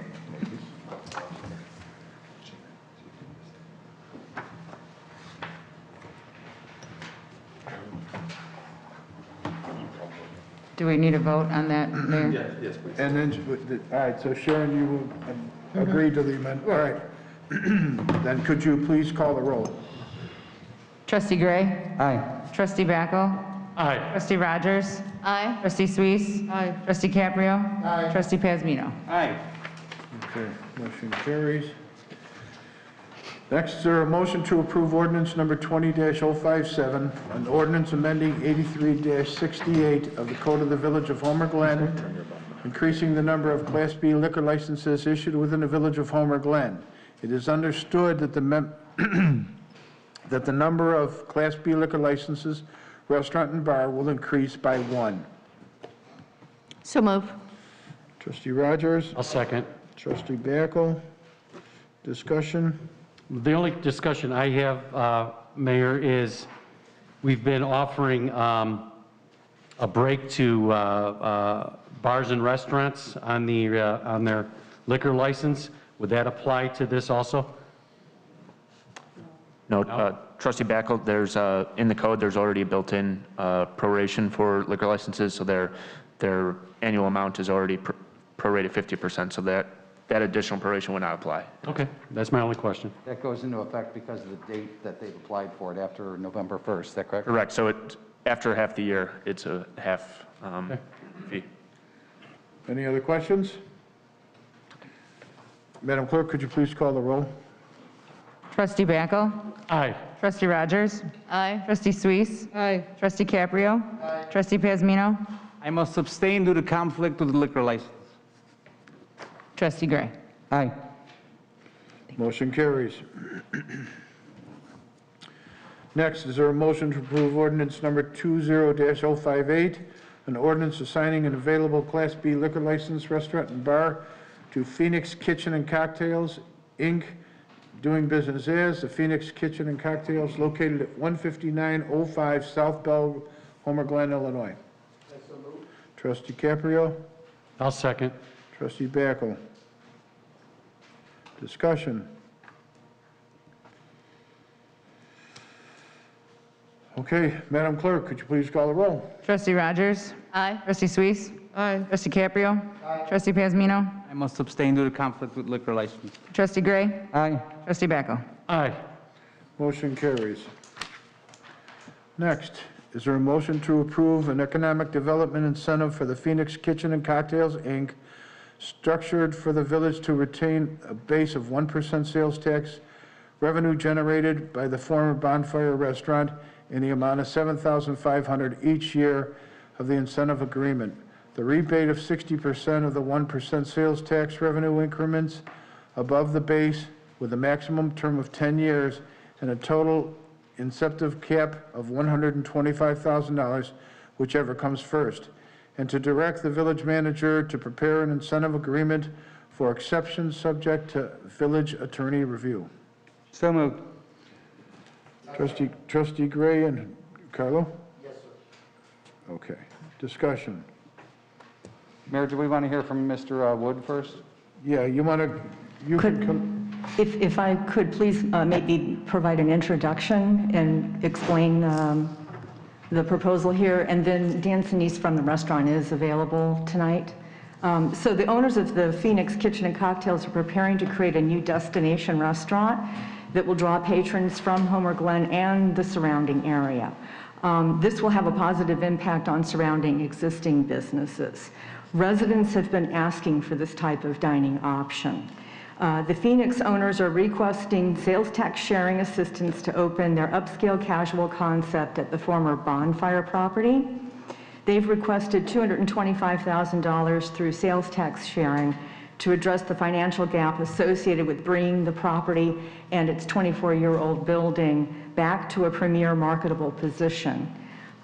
Extraordinary costs identified include major renovations to an antiquated design with neglected maintenance and improvements to enable operating within the uncertainties of COVID. The proposed incentive is consistent with the Village Board's Standard Operating Procedure number 7. The incentive is structured to do 3 things: retain the base sales tax revenue from the former Bonfire, ensure that the rebate does not exceed the amount retained by the village in any given year, and then thirdly, to limit the term to 10 years. So those are all things that are coming from the SOP number 7. Based on projected sales, a 60-40 split is proposed in order to stay in line with the SOP number 7.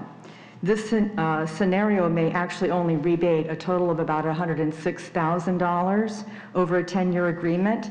However, the proposed structure includes a cap of $125,000, and this is therefore a further incentive for performance above projected sales. The proposed incentive is a performance-based rebate. It does not place the village at risk. The village will regain the base sales tax revenue from the former Bonfire and only share a portion of the incremental increase in sales tax revenue produced by the Phoenix. The village would retain 100% of the home rule sales tax and 58% of the 1% sales tax generated by the Phoenix over a 10-year agreement. The opening of the Phoenix will help us attract more of this category, the casual, upscale, sit-down restaurant, to address the current retail gap in the market. A vacant building will be updated and transformed into the new concept to achieve this destination status. The new owners are requesting the incentive to spearhead the project in the right direction to correctly update and revitalize the property back to a premier marketable position. The amount they propose to spend exceeds the normal restaurant renovation budget. The restaurant will create 25 permanent jobs. The Phoenix is expected to bring positive results for the surrounding businesses and future economic development opportunities. 16 criteria from SOP number 7 were used to evaluate the Phoenix's request for sales tax sharing. The Community and Economic Development Committee unanimously recommended the incentive and proposed structure for approval. There's also a draft economic incentive agreement that was included in your agenda packet pending village board approval of the proposed incentive, and a clawback clause will be added to protect the village should the restaurant close before its 5th anniversary. Upscale casual eateries are very limited in Homer Glen and the surrounding area. The ownership team is very experienced in restaurant concept development, execution, and operation. They plan to bring a quality restaurant with upgrades to meet residents' interest in new upscale casual dining options. I mentioned Dan Sinise is here tonight. Dan, if you'd like to come on up, please. And I think there are some slides in the slide deck here. Maybe if you would like to go back to the visuals. Yes, thank you. The beginning of it. And so I'm going to turn it over to him so he can share the restaurant concept with the board. Hi, everybody. I'm Dan Sinise. This is my partner, Joe Cristiano. We're happy to be here. This is an interesting meeting to be involved in. But like Jane, you said it great. You've talked about everything that we plan on doing. We're very excited to acquire the bonfire. We've completely demoed the inside, and I believe the photo that you'll see some of the awnings we're going to do. It's going to be a nice, just upscale, casual restaurant, affordable, approachable, with some nice items. It's going to be beautiful stained concrete floors, white trim wood bar. It's going to be sharp, and we're very excited to do this. One of the main things, as listening to tonight's meeting is... Excuse me, could you talk into the mic, though? Sorry, yes. Thank you. One of the main things after listening to tonight's meeting is you don't want to see your taxes go up. I know I don't want to see my taxes go up, and they constantly go up in my home, everywhere else. But the nice thing about what we're going to do here with the bonfire property is that property hasn't generated any sales tax in the last 7 or 8 months for the city of Homer. And with what we're bringing to the plate, we plan on generating a lot of sales tax for the city of Homer. And in addition, what's nice is for the existing restaurants, by adding our property, it just brings more people to the area that will spend across the street at Ruby Agave and any of the other neighboring properties. And what's nice too is it keeps Homer dollars being spent in Homer. So I think that by us doing this, it's a benefit to the community in addition to just providing a nice dining option. I think it looks beautiful. We welcome you. Yeah, I do agree with what you're saying. I mean, there's always a reason why Home Depot and Lowe's build next to each other. People always say, why do you do that? It's because those are destination-oriented places. They may drive down the street. They know what they're going for. Joe, were you associated with Francesca's and Mama Marie's? Yeah. Or in the taco place in Frankfurt? Yeah, I worked for Francesca's Restaurant Group for 17 years. I was in charge of, I was a regional director for the whole South Side, and I was in charge of opening up 6 different Francesca's, the Fat Rosie's concept, Avanti Enoteca, Joe's Imports in the city. So yeah, I was with them for a long time. I have a chance to partner up with a longtime friend, and our families go back 35 years. We've been talking about opening a place together forever. So this was a great time during COVID to open up a restaurant, I guess. And then also wasn't there a wine bar in the city that you were part of too? Yeah, it was we opened up a restaurant called Joe's Imports. It was a Mediterranean restaurant and wine bar. It featured Mediterranean dishes throughout the world, along with a wine list that extended 150 bottles of wine all over the world, mostly organic and biodynamic, which we're trying to bring to this restaurant also. And the reason why I bring that up is because we're not dealing with beginners here. I've seen you at the restaurants before. That's why I look familiar. And then there was a donut concept that they kind of went off of from Francesca's. So I've seen, you know, Joe at various, from the city of Chicago to Frankfurt. I think I saw him out in Bolingbrook. So you know, we're not dealing with somebody that's new here and is going to gamble away, you know, village funds or village money. They're coming with a history of it. This is the type of programs that villages are using, and this is exactly what it's called, incentive. It's an incentive to bring people to Homer Glen. This is the type of thing we need.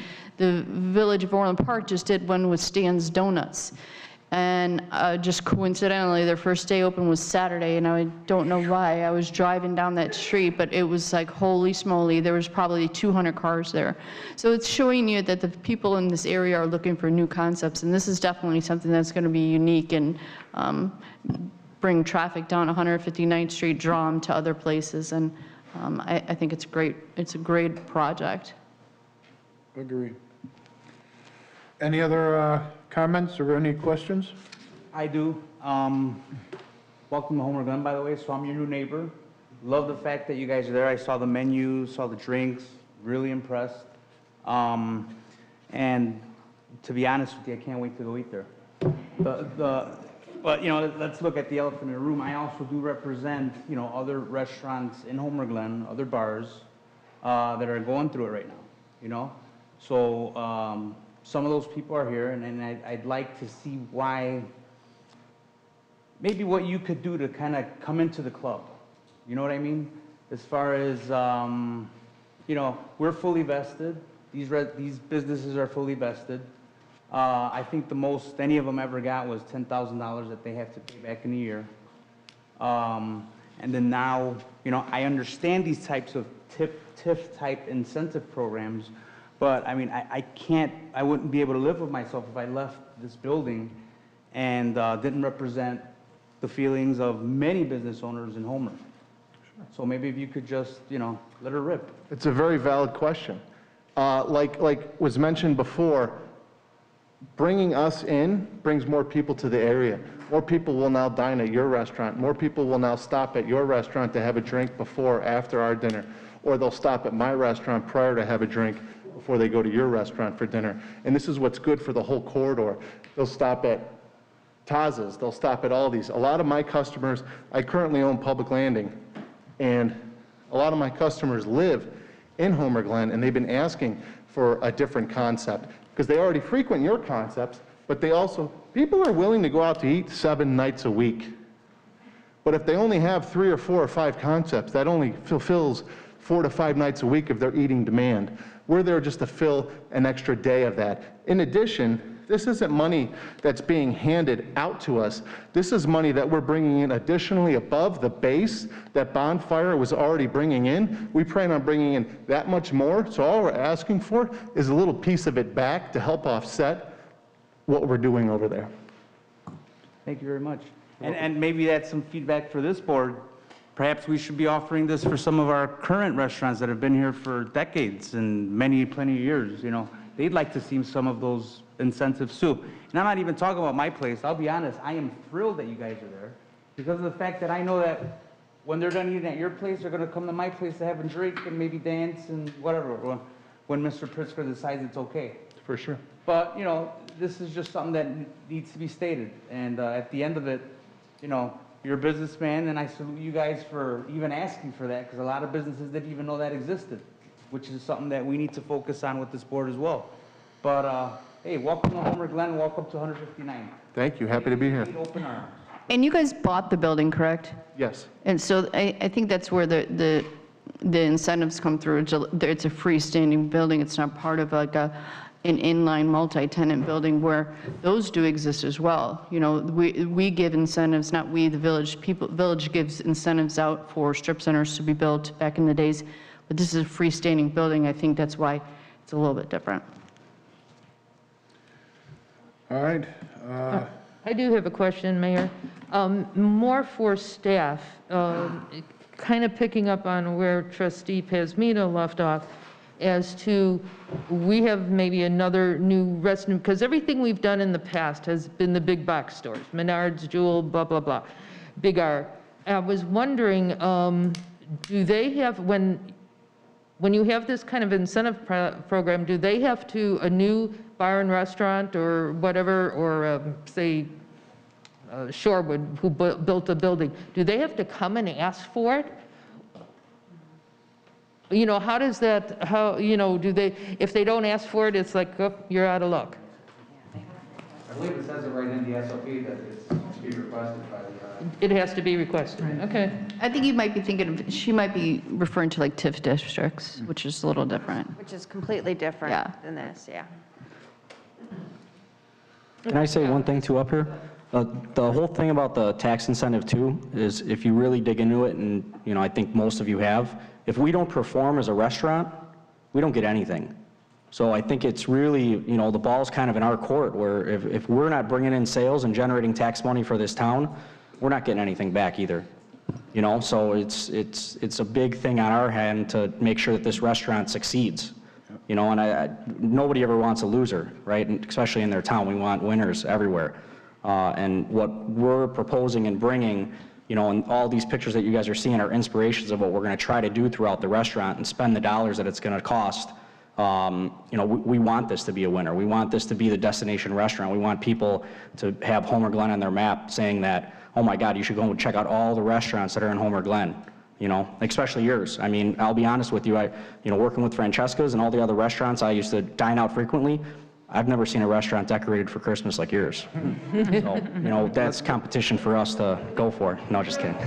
Those are all great points, and we did go over a lot of this that's been talked about tonight at the Community Economic Development meeting when we looked at this piece. And we did have a few modifications to it, and, you know, a couple things that they were in the packet piece and they were in the intro from Janie, but they bear repeating. You know, there's going to be a clawback for the first 5 years just to make sure that, you know, should anything happen to them, we'll be in, we're always in good shape because this is performance-based. They don't perform, there's no incentive here. We've always been in good shape because it also doesn't start out to them. $1 for them starts out where we left off with Bonfire.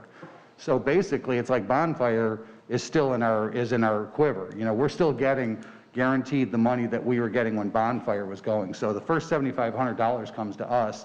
Their $1 doesn't start until $7,501 of generated tax money. So that's a great deal for the village. You know, basically, we're sharing with them the amount over where we were. That's a great, you know, win-win for both of us. I do think, and we talked about this at CED, the concept looks great, the pictures look great. I'd love to, you know, who wouldn't want to be sitting at that bar and having a great time out? Like Trustee Pazmino said, you know, once the governor lifts these restrictions, hopefully we'll all be able to get around all the bars again. So, you know, I think that it bears repeating that these are great wins for the village. Like you had said, Trustee Rogers, about, you know, these are the ways small towns are competing for even some of these, you know, I don't want to call this a small project by any stretch of the imagination, but typically these things had been to big developers, big boxes, maybe guys who are buying, you know, 60, 80, 100 acres and developing that into a whole big planned use development. Those types of people have staff, and those staff know where to look in everybody's code and everything, how to find these incentive agreements. So to Trustee Suisse's point about, you know, is this offered to anybody or do they have to find it?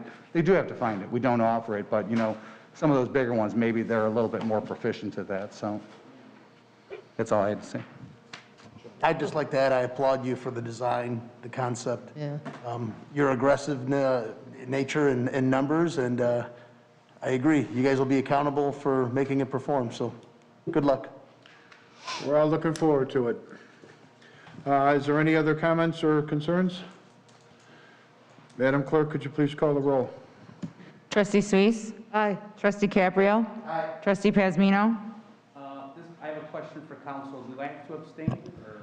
You're not required to abstain, but if you feel more comfortable abstaining, you can. Because of the, Not officially, yes, but just for the record, I don't want any issues, so I abstain. Trustee Gray? Aye. Trustee Backel? Aye. Trustee Rogers? Aye. Motion carries. Next one. Wasn't there? Oh, Steve Wood's one. That's good. That's Steve Wood. Steve, do we have something here before on you? Or the beginning, and I have this off the topic, so I can come back later. Okay, well, we'll take it now, because what it was before was, okay. My name's Steve Wood, 16220 Wildwood Lane in Homer Glen. I'm also one of the owners for Mugshots. Again, I welcome this restaurant too. We look for more restaurant choices, and I saw the drawings, the renderings. It looks awesome. I can't wait to go when it's open. I guess our concern was when we saw some of the incentive stuff that's there. We have probably significantly less than half of what they have for projections. They have a building that's been vacant for 7 months. Ours was a vacant building for 10 years, and we weren't offered any of these incentives. And I know it is based on sales. We went from a zero base, because you were getting nothing in that building, and they're going from a substantial base.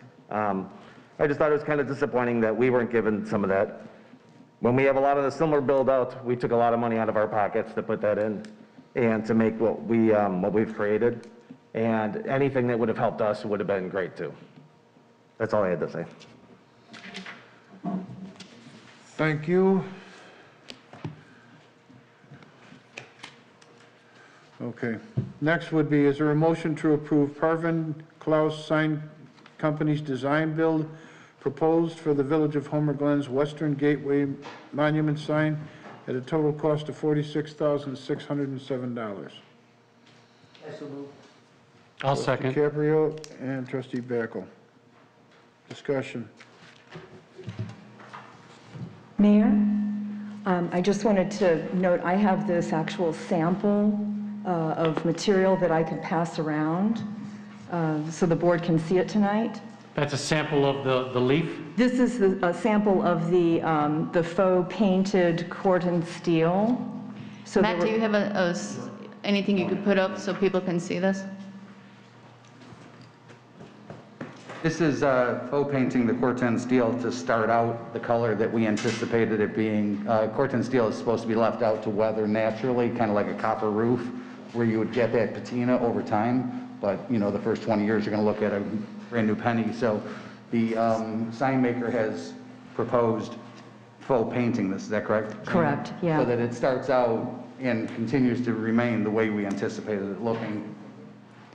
So the reason for the sample is it does have to deliver the desired look result, and that does mean that there's some artistry to the paint and skill in doing that type of faux painting. So this is Parvin Klaus that was one of the respondents to our request for design build proposal, and in doing so, instead of actually building it with corten steel, there were some issues of doing that. The size of the leaf structure would require 2 plates of steel be welded together, and then you have to grind down that seam, and then it weathers over time, and in the first number of years, it goes through kind of an ugly duck sort of a process as it builds up rust and rust flakes off the base of it. Over the long term, that can look really good, but the new process out now is to do a faux painting application on aluminum that achieves the same look and is highly durable over the years. And it was another option that was in our design specifications that came out from our brand designer. They did respond, and that was just a sample so that you could see how that works for another project that they're working on right now. And I don't know if Brian Newton is on the line. Yes, he is. Okay, in case there's any questions, the representative from Parvin Klaus is available if you have questions. I don't have any questions. All I will say is, you know, we've been over this a dozen times, it seems like, but it's going to be beautiful when it's completed. It looks amazing. I would agree with that, and just for everybody at home and in the audience and online, at least for the foreseeable future, we have a flat rendering of this at 159th and Gauger. It is just a printout and a board, but you can see it's real life size. So it was really just for everybody to get an idea of scale and position and, you know, its prominence there. Once this piece is in place with the masonry and the corten and the wood and the stanchions and the halo lighting, it's really going to be an impactful piece. And I really like the price, to be honest with you. You know, $46,000 is well below what we all had anticipated, and that gives me great hope that maybe we'll be able to expand this a little bit more robustly going forward. You know, I thought we'd be at the upper end of our original budget numbers, and hopefully we can, you know, do a few more of these. I got one question, just beyond the 5-year warranty, is there a maintenance, special maintenance requirement on this thing, this material? You know, 8, 9, 10 years out, is there something that we have to pay in addition to maintain it, to continue its look? Do we know? Brian, did you want to? Hi, this is Brian Newton with Parvin Cloud Signs. Thanks for having me on tonight. Can everyone hear me? Yes. Yes. Okay, great. Yeah, I appreciate being invited to the agenda tonight, albeit spirited. It's been fun. I do appreciate and honor. I'm honored to be a part of this project, and I understand the responsibility of the image, especially putting this out there and upholding your branding. There is not much in the way of maintenance on this sign. A lot of the components that are going on this sign are going to be natural. I think over the course of time, and Jeannie and I spoke at length about this sign, I believe it's positioned south and west. So it's certainly going to get its fair share of sun. But that being said, is that these colors are not of pigmentation that you're going to have to worry about fading. You know, your quick fading colors are your purples, your reds, your deeper blues. This is not such that you're going to see that. And because of the texture that's being put on there, the fading that will occur will be less noticeable. And what's going to happen is over the course of time, let's say 10, 15, 20 years, it's going to become more of a tolerance thing. And so at that point, realistically, what you're looking at is potentially a repainting of the leaf, but the leaf itself is going to last longer than all of us will. Okay, thank you. Any other questions? Can I just ask one question? I know I'm just the clerk, but I have a question. The copper penny one that we're referring to, or this one that we just passed around, was there a price difference on the two? Or do you know that if there was? I believe if I'm hearing the question correctly, the natural Corten steel versus the sample that's being passed around right now? Correct.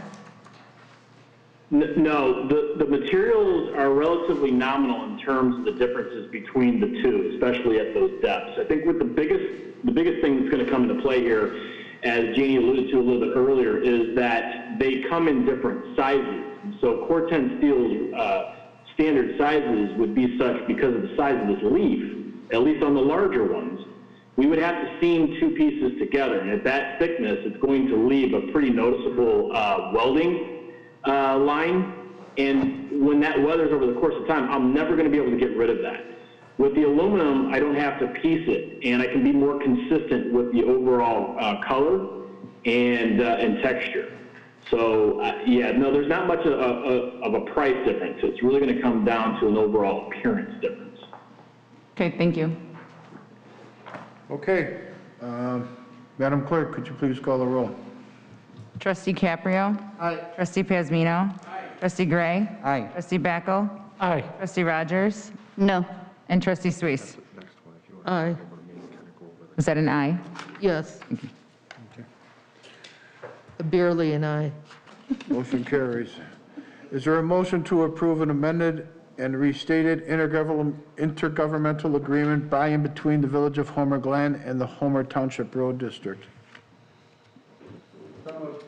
I'll second. Trustee Gray, Trustee Backel. Discussion.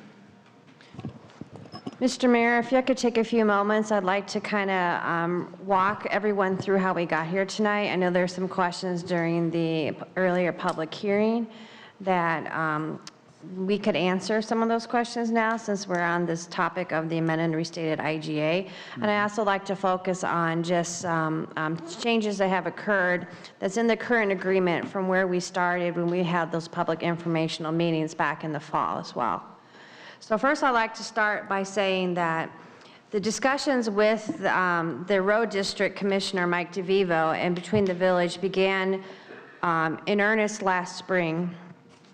And in July was when the village board and the village announced publicly to our residents of the village that we were going to begin the process of having the discussions about the transferring of stewardship of the road district to the village of Homer Glen. Subsequent to that announcement in July, the board had their first board meeting to discuss this on September 23rd. And you guys adopted a resolution to set additional public meetings and to begin communicating in a very transparent way with the residents of both the village, but also the residents of unincorporated Homer Township, as well as the residents who reside in New Lenox and Lockport. You held those two meetings on October 6th and October 12th of this past fall, where we presented a PowerPoint presentation. We invited the various impacted governmental entities, as well as all the residents within the overall Homer Township area, geographic area, to come and to understand why this was being proposed and how we thought that this could be accomplished. Subsequent to that date, then we began working on the actual transfer agreements. In addition to that, during that same time was when the township board chose to place a referendum on the ballot to determine whether the road district assets and responsibilities of the road district would be transferred to the actual township board. And as everyone knows in this room and listening, that referendum was defeated by a large spread majority. As well, during that time, we began to do additional outreach to all of our residents. We sent out our fall newsletter that had a whole part of that newsletter dedicated to what this meant. We had frequently asked questions that were included in that newsletter.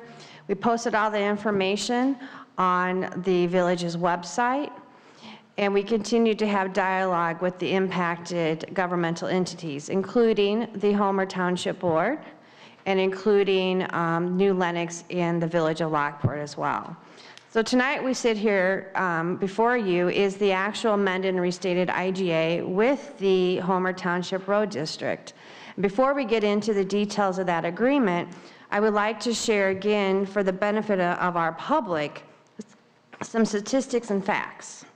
So the first thing that I think is important for everyone to understand is what are we really talking about when we talk about roads and transfer of stewardship.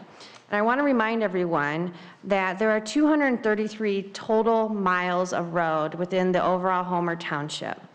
The breakdown of those road miles are 135 of those are owned by the village of Homer Glen and its residents and property owners. 48 of those miles are owned by the village of Lockport, and 18 of those miles are located in the unincorporated Homer Township and are owned by the township. In addition to that, there are 2.88 miles of roads in New Lenox that are owned by New Lenox, but also in the township. And then there are the remaining 29 roads that are under the jurisdiction of either IDOT, Will County, and we have a few private roads that no one takes care of those because they take care of them themselves. So when you look at those numbers, the road district as it sits today maintains the 135 miles of our roads, as well as the 18 miles of the unincorporated roads. They do not maintain any of the other ones that I listed. And if you go a little bit further into this, that maintenance basically is 100% of those 135 miles that the village of Orland Park owns is all under the authority and control of the township. That means that the budget, the expenditures, as well as how the roads are taken care of or maintained or plowed, all that You, as a village board and our residents, do not have a say in that, because that is all done through an IGA by the road district, and also the expenditures and the funding and levies are controlled by the township board itself. So when we're talking about the transfer of stewardship, we're also talking about taking back those 135 roads that are owned by the village of Homer Glen and the residents and property owners, and having a control over the future, how those roads are taken care of, and well into the future. So as we talk about the financing, one of the things, and a lot of this information was shared in those 2 informational meetings that we had back in the fall, and all that information is still on our website today. The PowerPoint presentation that we did, we even put that on our Channel 6 News. So we tried to be as open as possible with everyone so they knew exactly what we were talking about. The Mike DeVivo's budget for this past year, which is basically the 2 line items that are on the tax bill, totaled about $4.3 million. And that is what he used to fund the operations of the road district on an annual basis. And in terms of the breakdown of the funding, just to remind everyone, is of that funding, 73% of that funding comes from our village of Homer Glen residents and our property owners. The majority, the other remaining amount, 19% of that comes from Lockport, and 8% of that comes from the unincorporated Homer Township residents, and then a small percentage, less than 1, comes from New Lenox. So when you're talking about how the road district operations are funded, that's how it's funded. So as part of the agreement that we have tonight, there was a lot of discussion during the past 6 months on what would happen to those 18 miles. The village board had offered to the township to take care of those for free as a way to completely remove any future taxing of the Homer Township Road District from the tax bills forever. However, since that time, with additional feedback and input from the Homer Township Board, who indicated that they wanted to keep control of those 18 miles. What you have in your agreement tonight is still an 18-mile road district. We are not eliminating the road district. We are not taking over the maintenance of the road district for those 18 miles of unincorporated roads. In fact, the agreement that's before you tonight will still keeps in place that. And that was, again, a change that was made from where we started with additional input from the impacted stakeholders. In addition, we have had meetings, the mayor, myself, and others, with the village of Lockport, and they are in agreement with this transfer. They are in agreement with the concept, and they also understand that while they are a vested stakeholder, we can enter into a separate IGA with them to make sure that their vested ownership in the road district is accounted for fairly. So what you have tonight before you is a transfer agreement that basically amends and restates the original IGA that we had with the Homer Township back in 2003. And what this does is this replaces that one. And what it does is it flips it. Instead of them taking control of the roads and them doing the financing from here on out, the village of Homer Glen will do that. They will keep their 18 miles. They will continue to take care of those 18 miles. There's provisions within this agreement for a lease for them to have space. There's provisions of equipment to stay behind and still take care of the 18 miles. They will keep staff behind for the 18 miles, and then we will enter into that agreement with them where we continue to work together. If we need to share equipment, we'll share equipment with them, but all those provisions are part of this agreement as it sits today. That is a big change from where we were back in the fall, where we said, you know what, we will just agree to take care of those 18 miles and be done with it. That was not what they wanted, and therefore the village board recognized as their legal right, respected that right to do that, and therefore, under this proposal, the road district will remain, and they will continue to take care of those 18 miles of unincorporated roads. So what does that mean for the village? What that means moving forward is that with this agreement, we will take control of our 135 roads. The surplus property that will be left over, because they will no longer be taking care of ours, and the property and the equipment that they keep is listed in this agreement as well. We will take that surplus property and we will use it to develop and create our first public works department for the village. And we will do that, and we will fund that on an annual basis. We will fund it the first year. The reason why we're here tonight talking about a $1.5 million levy is because state statute requires that any taxing body who is going to do a levy must have it done this year. It must be filed with the clerk before the last week of the year. That's why we're here talking about this tonight. So originally, we had proposed that all of the road district's funding sources would completely be eliminated from the tax bill. Now that there's going to be an 18-mile road district that still exists, that number that is currently on everyone's tax bill will go down significantly because of that. But that will not happen until next year. And what we will do over time is we'll pick up that reduction, and that will shift over to our line item on the tax bill, which currently is at 0. Tonight, what is proposed before you is adoption of a $1.5 million levy. That is the actual realized dollars that we will receive next year. And that is much less than what we originally proposed back in the fall. But what we do believe, and I have John Surius here tonight, is with the $1.5 million combined with the road commissioner's levy that before, remember, under the current IGA, we would take that money that we would get, our 50% share, and we would sign that check over to Mike for him to take care of the roads. This coming June in 2021, we will not be giving that money to the road district. We will keep it. That money combined with this 1.5 will give us a $3 million budget for the first year of operation for the Public Works Department. If there is a gap needed when we develop our budget in the spring, we will fill that gap with either motor fuel tax or other revenue streams that we have available to us.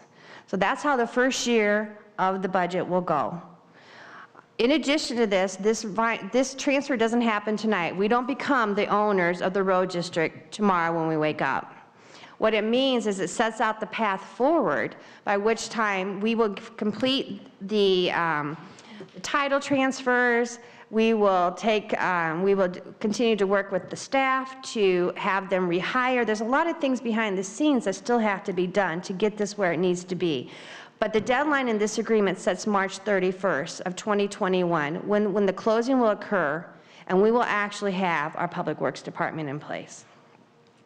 I'm available to answer any questions you have. I don't know, Eric, if there's anything that you want to add to that.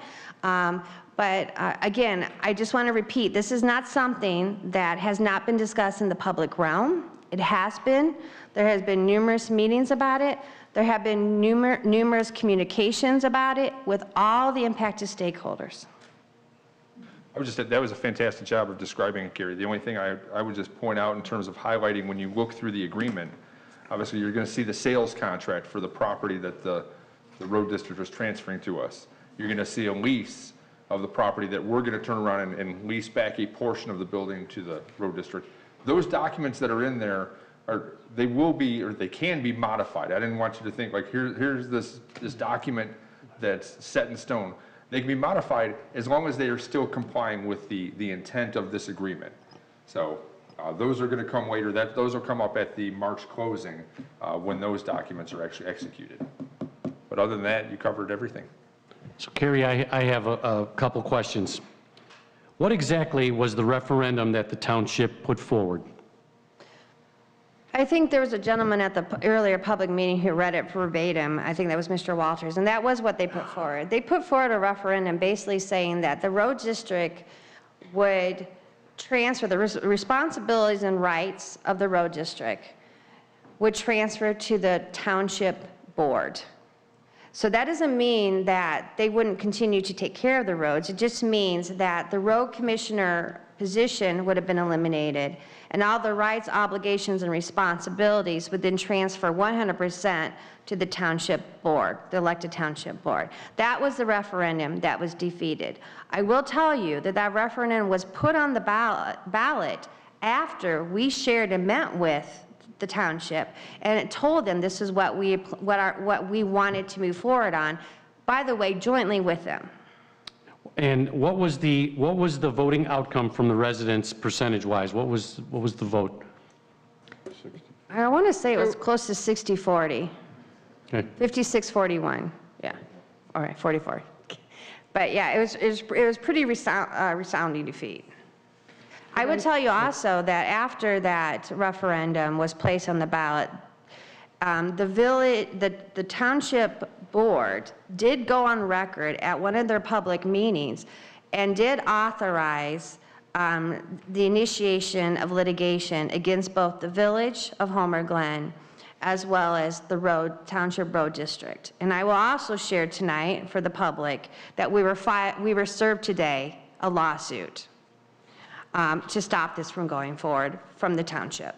So who's paying for that? The residents of the township, all of us. This was brought forward by the township. Yes, and we were served today. So I just have a couple more. I'm sorry, Carl, I just have a couple more. So Carrie, who is paid for all of the equipment and property of the highway department? The equipment, as I indicated earlier, when you look at the breakdown, you can look at it any way you want to. You can look at who has a majority of ownership of the roads, or you could have it who has the majority ownership of who has funded the road district all these years. And without a doubt, both of those questions it is the Village of Homer Glen residents and property owners who have. By not a small margin, but by huge margins. There are residents and our property owners own the road district. They are the majority stakeholder in the road district today, and they have been ever since the corporation. 20 years. Yes. I'm done. I just have a quick one for you, Carrie, and I'm hoping you can eloquently explain this, but what's our alternate solution if we decide not to have a public works department levy this tax and snow flies in January of 2022 and we don't have our own department? The problem we have is you don't have control of your own future destiny. So right now we have an IGA that can be terminated by any party within 1 year notice. So that means that you have, if let's say you have a whole new slate of people who are elected, whether that's the road district or whether it's at the township board, and whoever sits in those seats can give notice to the village 1 year, and that gives us 1 year to create a public works department from the ground up. We have completed appraisals for the value of the asset. I'm calling the road district the asset. So that includes the property that it sits on. It includes the equipment. It includes everything, personal property, equipment, everything. So the value of the road district today, and we had appraisals done because that was a fair thing to do, totals $4.2 million. That's everything. So if you were going to create a new public works department from the very ground up, and you had less than a year to do that, you would have to go out and buy land. You'd have to build a building. You have to build a salt dome. You have to buy dump trucks. You'd have to buy all the equipment. You have to hire the staff. All that would cost well over $4.2 million. So really what you're doing is you're saving money, because by doing the transfer of stewardship, we're saying it is not fair for our residents and our property owners to pay twice for an asset that they already own and they already paid for once. Right, I actually had a statement and a Ruben, can you speak into your microphone, please? All right, a statement and a question, or actually clarification. And this is where I think a lot of people are confused because there's just so much information flying back and forth. On that referendum in question, the vote was to either, correct me if I'm wrong, and we stated it before, I just want to be really clear, dissolve the road district and transfer that power over to the township, correct? Yes, correct. Since it was defeated and the people overwhelmingly did not want that, it just basically went back to the way it was. Nothing happened at that point. It was still the road district. Nothing transferred, no taxes were raised, none of that. Everything just kind of went back to the way it was. Right, and in this agreement, Trustee Hasmino, there's still going to be an 18-mile road district. Yeah. That's currently under the same contract. Well, we don't have anything to do with the 18 miles because that's unincorporated. Gotcha. So how But even it's still being serviced. Yeah, okay. yeah, serviced by the same entity. Gotcha. So nothing's really changed. Everything's kind of back to the way it's been for a while. Okay. So my next question, assuming, and I'm just looking at all the different outlets here because, you know, this is new for me. It's new for a lot of people. Once again, we need to be extremely clear on this. Assuming, you know, the township decides never to, you know what, we don't want to deal with you guys, go away, okay? We still do have that lag contract that we're looking at now that kind of holds us over for about a year, That's right? But like you said, they have to give us a year notice, or they have to give us till after that year's over? Yeah. Okay, so at that point, assuming, because right away we hit the red alert, we're like, well, we got to build a brand-new public works, we need the silos, we need the trucks, we need the staff, the pensions, we need everything, right? $4 million. Or, I'm just throwing this out there because we're looking for options. What if we were to, let's say, and again, I get the whole control your own destiny, that type of thing, you know, my whole thing is the whole rush into it. Is it an option to bid out to Lockport, Orland, Lamont, for them to do it for us because they already have all the equipment, they already have all this infrastructure, maybe their prices are competitive? I don't know, I'm just throwing it out there. I can't answer that question because I don't know, but I can tell you, I think there was someone who said at the public hearing that I was a village manager who was fired from Orland Park, which is not true, by the way. But I did come from Orland Park, and I was a director and assistant village manager there for 15 years. And I can tell you that they're the same square mileage, 22 square miles, as Homer Glen is, believe it or not. And they have a very large public works department with a lot of staff, a lot of silos, a lot of trucks. And I can tell you there's no way on earth that they would take on basically another community of the same size. They would have to buy more equipment. They'd have to do the same things that you have to do. You'd have to have a satellite location just in terms of just doing the snow routes and logistics of that. So I would say that would be extremely, I do not think that is a feasible option. I do appreciate the conversation about it. But the cost, they would still have to do all those things that you would still have to do. And you would still be reliant on another governmental entity for the taking care of your roads, which you are today. So it really doesn't change the situation, in my opinion. But again, at the end of the day, that's a public policy decision that you collectively, you guys are elected by the residents, not me. Well, you guys have to decide what is the best public policies to make going forward for the benefit of today and tomorrow for your residents that you serve. And you know, you make a good point, real quick, sorry. Yeah. About Microphone, please. if you were going to try and hire one of those, I'm sorry. You make a good point about the surrounding communities, but if you were going to try and hire one of those, Lockport was involved in these discussions. You would think that Lockport would have said, we would love to plow your streets at a certain cost. Yeah, I mean. They didn't offer it, I'm assuming. So. They didn't, but you know, those costs, you still have to add staff, you still have to add equipment, there'd be a cost associated with that. Just like we pay the full carrying costs of the sheriff's contract, those would be passed on to the village for sure. Well, I think one other thing to your point, trustee, is that we're also missing that the overall, in your scenario, if the township said, hey, we don't want you anymore, that kind of thing.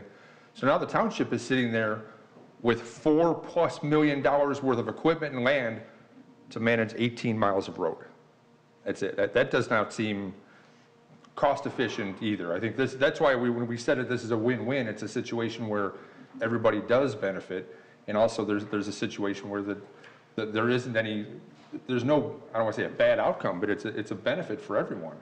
Because otherwise, what's the township going to do with all that property and equipment? You also have to remember too that those residents who live in Lockport and also reside in the township, they are in an unfair situation. They are currently being taxed to take care of roads that are in the village. I mean, that is a factual statement. That's why there's a desire from the village officials at Lockport to fix this once and for all. Because when we're able to do this and their levy goes down to just those 18 miles of, which is a much lower cost, then now Lockport doesn't have to worry about their residents and their property owners being unfairly taxed, which they are today, and they have been for many years. I'm sorry. I was next. I'm sorry about that. No. Not to be rude, I'm sorry. And thank you very much. I just want to let you know that a lot of these questions are questions that I'm being asked. You know, I meet people every day. I own a restaurant, hundreds of people, and they ask me, what the heck's going on over there? I'm reading this, I'm reading that. So I'm putting forward every single scenario that we could possibly think of. That way, it is truly transparent. We've answered all the questions. And it's a great point that you brought up just now when you had asked that, that unincorporated piece is getting the raw deal. We get it, and I want to see everybody happy. That's part of my problem. I try to make everybody happy, and guys, in politics, it doesn't happen. Well, and I will say this, I think that the fact that you have these questions, you have an engaged community is a good thing. This is a big decision for the village. Every one of you knows that. I mean, this is a big decision. And we recognize that this is growing pains in some ways, right? I mean, 20 years. If you look at, for example, the village of Lamont, how old are they? They were incorporated in 1823. 1823. We were incorporated in 2001. I mean, when you look at where we're at in our life cycle and where our surrounding communities are in their life cycle, it's apples and oranges and bananas. I mean, it's an exciting time, I think, to be in Homer Glen. Yes, there are growing pains. I do believe, though, and I honestly do believe this, that when we actually end up having our public works department and we're already thinking about efficiencies, we're thinking about cost savings, we're thinking about, we have our parks guys where they're getting their CDLs this season so they can be backup snowplow drivers. There are so many things that you can do when you do this type of merger and creating a public works department from the very beginning that over time can result in efficiencies, better customer service for our residents and our property owners and our businesses. And also, over time, and I'm hopeful that we're able to continue to bring the cost down. And this first year is going to be, we don't know what we don't know. That's why we're very fortunate. I think there was another gentleman during the public hearing testimony that said, we are very fortunate to have at our disposal a variety of revenue sources that a township government does not have by right. They do not get MFT money. They do not have sales tax money. They do not have home rule. They don't have all those things that you as a board have at your disposal that you can continue to look at as we move forward and we figure out what this looks like at the end and say, okay, this is better here. We should do this here. We should merge these departments together. We should cross-train here. There's a lot of things that we can do in the next 12 to 24 months that I think the community will be very proud when they see it. There's something else I want to mention, and you brought it up, Carrie, and I think that I'm not sure if the residents know this. We've talked about it at nauseum at our meetings, and even at the two public meetings that we had, and that is that there's a section of Lockport that has really been, for lack of a better term, they've been screwed. They've been paying taxes to us, to the road department.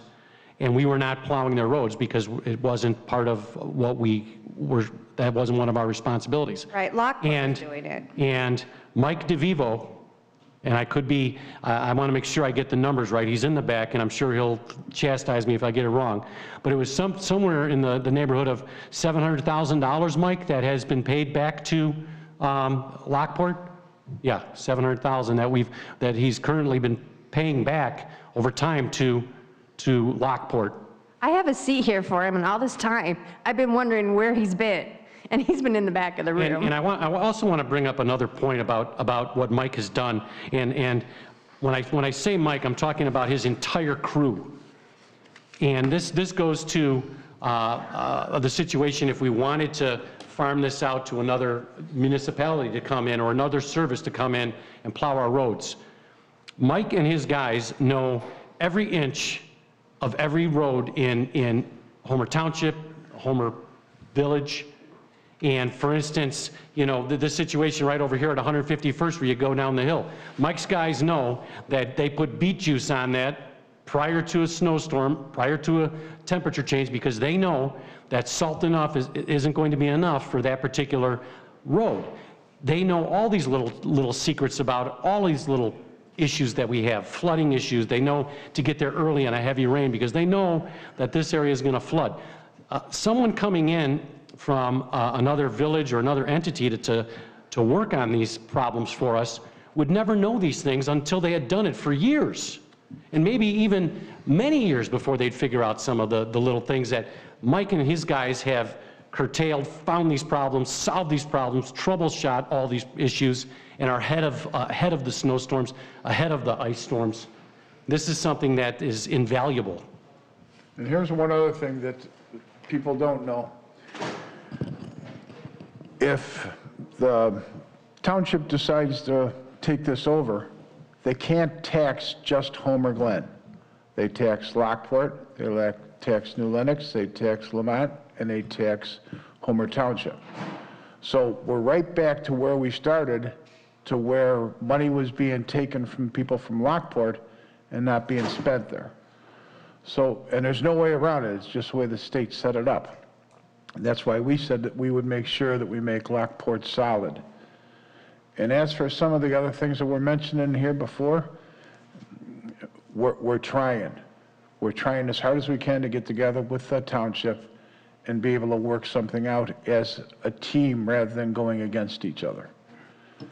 So when you have some questions that you had asked up there, we wanted to wait till at least you got an opportunity to see what we're going through and how it's happening.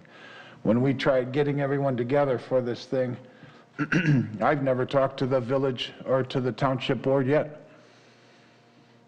So they have no idea what we're trying to do. And we've been trying to sit down with them so everyone can get together and make this work.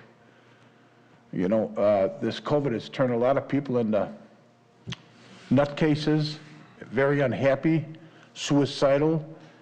We shouldn't be doing this. We should all have a smile on our face and work together. That's how this all comes together. So, as for questions, with you being in Lockport, call me anytime you want. We'll fill you in on it. We'll get you all the information that we know. Yeah. He's an unincorporated. Well, he's in. I asked you then. Can I ask the question again now? No. For the same answer? We'll pass that. Why are you sitting here? Let's No, get the answer. we'll get to all this stuff. Yeah. It was answered before. You tried to answer it and it didn't get answered. Thank you. I'll rest my place. I'll be quiet. It's your meeting. I did answer. What question did you have? I think the question was, when did the conversation start? And I you did and you answer. answered On it. your end, but I've been going to those meetings and we never heard boo about it in Homer Township then. You didn't hear boo about it because they didn't want to discuss it. What's the question? Exactly. I'll answer the question. What's the question? I want to hold on 1 second here, please. Well, In my case, it's your meeting. I'm being quiet. I also, Mike, I would read, thank you, Mr. Trustee Gray. I didn't realize when you said your name, I believe he's one of the plaintiffs in the lawsuit, so I don't want to get in a situation where we're making comments. I just want to make sure. Okay.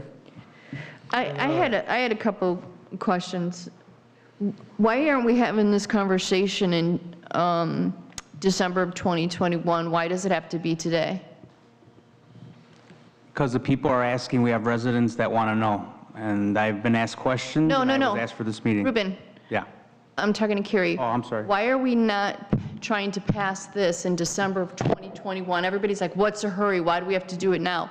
Why are we not doing this? Why do we have to do this now? Well, state statute A lot of people mandates it. today said, why can't we wait a year? Let's wait for COVID. We won't have a funding source if we don't. So I'm just asking so you can explain that. So the reason why we have to do it now is because state statute dictates it. So you have to have your levy set this year for next year now. And so we have to file that levy, that $1.5 million that we need to collect to fund the partial operations of the Public Works Department. We have to do that now. We don't have a choice. That's no different than any other municipal government in the entire state of Illinois. If they're going to do a levy, they have to have it filed in December. If we wait until next year to do that, we will be at a whole year. And we won't be able to do it again until next December 2021. We cannot do that because then we won't have a funding source for the transfer. And so that's what this $1.5 million provides, coupled with the $1.5 million that approximately we're going to keep and not give to the road district that I mentioned earlier. And if we have to supplement it with some additional funds, we will do that for the first year. I have a comment on that. Trustee Rogers made a good point. And it was my thing all along, why don't you just strengthen the IGA for 2021? Mr. DeVivo does his levy like he does, like nothing was changed, and then we look at this and do, if this goes through and people get more aware of it, do the levy in December 2021 for 2022. And in the meantime, he does his own thing for The problem there this is year. there's a whole new group in there. Yeah, but you got an IGA, that's good for a year. It's- If you strengthen the IGA. But you don't know They- that. they didn't we're wanna going do this. honor that. We don't know. Wait, who's, Nobody told what do you mean us. they didn't want to do that? No, you don't know if the new, whoever the powers to be will be in the township, you don't know whether they're going to continue to do that or not. And they chose not to do that. You have less than a year. No, but you're not doing it with a certain person. You're doing it with a township. You're doing it with a highway department. You're not doing it, okay, if this person is not going to be there, the IGA's gone. Well, yeah. Well, who authorizes the IGA, Trustee Swees? It's the board, the elected board members. And if they decide to change it, they can change it. It's no different than here. Next group comes in, they can change whatever they want. You're talking about the current IGA having the 1 year, correct? Right, or strengthening it to have it at least 2 years or something. But We've also the heard, point is that if you're in favor of this, there's no guarantee that could be done next year anyway. If you're, the transfer of stewardship, if there's a new election, if there's a new board, if whatever happens, that's the unknown that we're worried about to begin with. Not just canceling the contract, but it's also the idea that, hey, this is something that we think is a good policy. This is something good for the village and for the township and for Lockport, all the citizens. And if we don't move forward with it now, there's no guarantee that we will be able to move forward next year. Doesn't mean that the people that came in behind us would do what we're going to do. We're trying to make everyone solid. we've also heard allegations from the township board, the township supervisor, the township's legal counsel saying that the village has historically and continually not paid our fair share. They continue to allege that we are only paying half, that we're getting some sort of sweetheart deal from the township road commissioner. All of those things are false, but those are premises that they're continuing to go forward with. So the township supervisor has publicly stated that she thinks that the village is not paying its fair share. So you want to get into a continued IGA with somebody who is more than likely going to want to rewrite that and up the cost for the village of Homer Glen. That's where we're going to be. Again, we'll have no control over it. We'll have them controlling it, and we'll have them dictating the price to us then. So basically, this that's up right now for discussion is the same IGA agreement that we had last year? Nothing's changed? Or is No, this actually, with the this is a completely new IGA. This replaces that IGA. That's why it says amended and restated intergovernmental agreement by and between the Village of Homer Glen and the Homer Township Road District. It sets the final transfer date, which is called the commencement date in the actual agreement, to be March 31st of 2020. Now, so that would be what it actually would happen. But since we were served with a lawsuit today, we have to go through the courts. So this is something that is going to be heard in the Will County Court now, and the decision will be made by a judge whether this is something that can be legally done or not. We are very confident that we are a very solid precedent and case law that we can do this, and that this is provided in the state statutes, period. But they have chosen to file suit against us, and we will defend that suit. Can you go over really quick, so the difference between the last IGA and this one is the fact that this one right here ties in the new village levy, or no? No, that's a separate item. That's the next item. So this is basically just saying that we're entering into a new IGA with the Homer Township Road District, and what that will happen is that there will be an 18-mile, unincorporated 18-mile road district that will remain behind.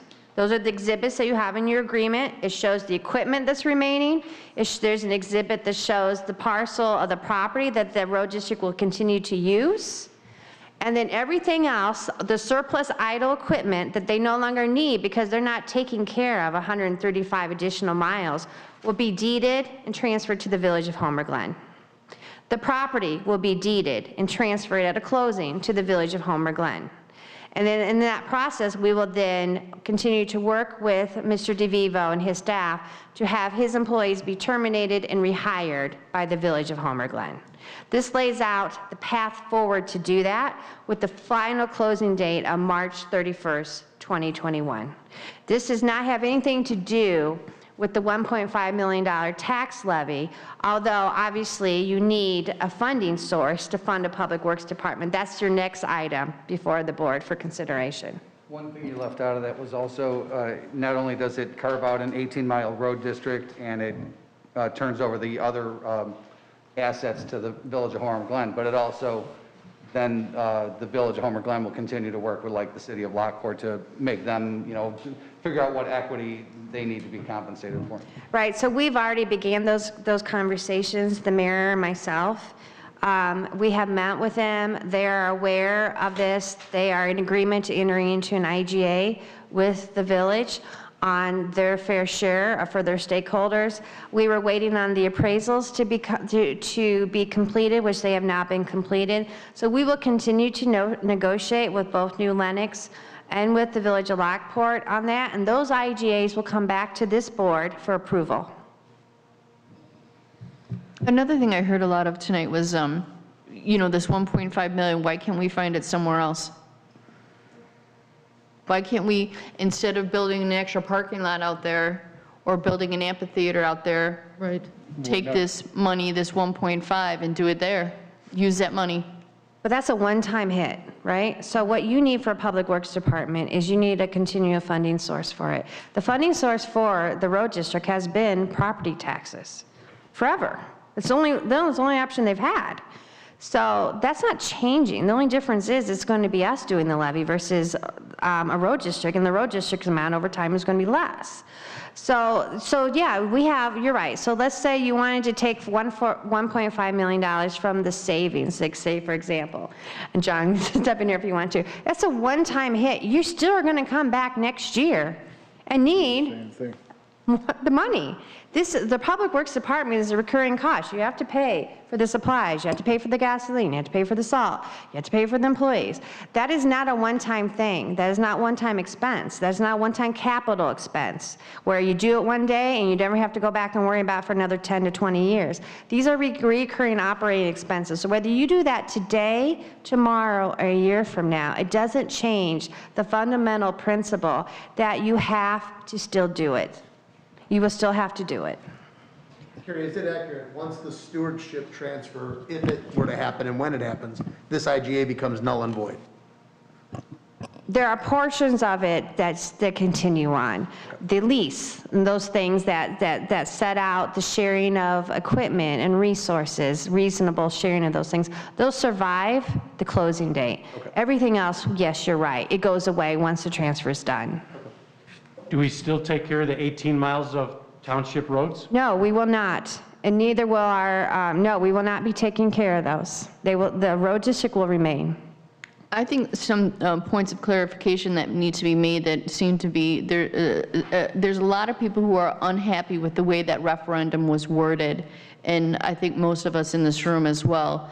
And the village did not write that referendum. That was not our referendum, and I think that it is important that that gets out there. This was not our referendum. That referendum was worded by the township. So It's worded by the state. By the state, but I mean through the township though. That had nothing to do with us. That was theirs. Our vote, our push to vote no was very clear in that there would be costs involved. And that was always transparent the entire time. And for anybody, elected officials, those trying to run now, to sit here and say, I knew nothing about this. Nobody said there was going to be extra money if we took it over. That's not right. You sat at workshops, you voted on it. If you voted no on it, you knew through all of the meetings that we've had, and yeah, it was a quick process because it started in September and went to here, but there's no village out there that's more transparent than we are. You can go and look on the website, you can look anywhere and you'll see that we were always very clear that this wasn't just a flip. And we had that conversation here. And we've had it in public meetings. There's been no private, secret meetings where we're like, well, we're going to do this, and then we're going to slide in this extra money. That wasn't always the case. So I think it's important that that be out there too. One of the things that you said tonight that was bothering me was, well, if we have to share equipment with the township, we'll do that. Well, there's not going to be no sharing here. We're not cuddling up again after they're suing us with a lawsuit today. I mean, it's just, I don't understand how you think this is going to be a kumbaya. Well, there's an exhibit in the agreement, I believe it is Exhibit D, that lists out the equipment that stays behind. There's 2 dump trucks that are staying behind. And there's also equipment then that they will have access to. And that's listed very specifically in this agreement before you tonight. And so anything outside of that, like if they have to buy gasoline from us or things like that, they'll have to pay for those things. Just like today, we pay for those things. So those things still will have to be paid for by the road district. Whoever the road district commissioner is at the time, those things will still have to be paid for. But there is a small list. It's not a large list. The entire asset is included in your packet too tonight. If you look at the list of equipment, you can see the value. It's over $2 million of equipment that currently is in existence there, which will be surplus. They will not need $2 million worth of equipment for 18 miles of roads. And this is what makes this almost like such common sense, is because then what do you do with that surplus equipment? Do you sell it? Do you make us buy it again for the very same residents who already bought it once? That's ludicrous. It just doesn't make any sense for that. That's a flawed argument. So if there's any other questions, but I hope that answered your question too. But so it's not like they're going to be able to come into our building and pick whatever they want to and use it whenever they want to. That's not the case. But there are certain things that are listed in the agreement. Things that will stay with them and the title will not change, and the things that additional list of other equipment that like a street sweeper. It doesn't make, those are very expensive, like $500,000 to purchase, or probably more, I think. They already have one. So if they want to use the street sweeper to sweep their 18 miles of roads for once every season, of course we would allow them to use those things, because it doesn't make sense for them to go out and buy one of their own. All right, here, we got to start getting this thing wrapped up, because we got an executive session. I have a question. We have an executive session and we're going to go into it. No, I'm sorry, I think I should be able to ask a question on the numbers. What numbers? Well, Carrie had presented about the $4.3 million, and 73% of it comes from the village, 19% comes from Lockport, and 8% comes from the unincorporated area. If you do the math on the $4.3 million and 73%, that's $3,139,000. If we're doing the transfer, as if you stated, the line item, the taxes that the village residents pays to the Homer Highway Department would be approximately the $32 million. Is that correct? Not 32 I mean, not 32 million, I'm sorry, $3.2 million. Correct? With Mike's addition. Right, so Lockport would be responsible for $817,000. 109. I have the actual breakdown in numbers. Okay, Yeah. so if the numbers are transferring over, if the residents are already paying that tax, then what is the $57 increase per $100,000? Because it's spread over a smaller geographic area. When we do our tax, we can only tax our residents. I understand that, but only $817,000 or whatever you said, $809,000 is coming from the Lockport Well, there's residents. also another 336 coming from unincorporated Homer Township, and there's another 20. Right, but we're not maintaining the roads anymore, so they're going to be paying for their own. But we won't have that money. That's funding the road district right now. So it's approximately the 1.5 million is what you're saying. Yeah. If you add those together. And that's where Because the those 50 monies are still going to fund our roads. And it's still the $57 We per think so. household? So here's the deal, is we don't get to set the rate. What we do is we file an ordinance, which we're going to file here before the end of the year, with the Will County. And we say we need to receive $1.5 million monies. And so what they do is they take that and they spread it over the overall equalized assessed valuation in the entire village, which is $1 billion. That's what our current value of properties in the entire village is. And they will then come up with what that rate will be to get us the yield of $1.5 million. And depending on what that is and what the value of the EAV is, will determine what that dollar amount is. So it could be $50, it could be less, it could be slightly more. We won't know because we don't know what their new EAV is going to be for next year. And we won't know that until the spring. So what happens then is they send us in the spring a certification that we have to sign off on. And it says, here's your $1.5 million, village, that you're going to get, and here's what your rate is. And once we know that, then we'll know exactly what that dollar amount is. And then they'll tell us to certify it. And so we will either certify it, yes, we want 1.5, or no, we want less, but you can never ask for more after you make the vote. I understand that. I just want one more question. How much do we collect a year from the motor fuel tax, approximately? John, that would be your answer. Well, we get around 500,000. They just added a new one. It's called the Renewable Fund. That's another 400. So about 900,000 annually. Now, not all of the street department is MFT qualified. You couldn't use 100% of the MFT. Well, you could probably. There's a lot of restrictions on its use. It's a very expensive way to use your MFT allotment. For operation. Probably not an advisable way to do it. You should do it on road improvements. I was just asking due to the 1.5 million, instead of, asking for the tax levy, is there another way to bring funds, maybe through the motor fuel tax or through another taxing way? Terry said one time, Yeah. you're Right. going to have that gap, you're going to have that short. But you're saying the motor fuel tax is every year. Well, you want to do road expansion, you're going to have big road projects that you're going to need to fund with MFT dollars. It's capital improvement. It's almost Yeah. always used for capital improvement. The state of Illinois, IDOT puts a lot of restrictions on the use of MFT funds. I could buy salt with it, but I would have to prove it was an emergency. I mean, you can't use it to buy equipment. I mean, there's a lot of restrictions on the use of MFT funds. Most people use them for capital improvement projects because that's what they qualify for. Okay. Like our ring road, we built that with MFT funds. Thank you. An intersection like that. Yes. All right. Could you please call the roll for number 8?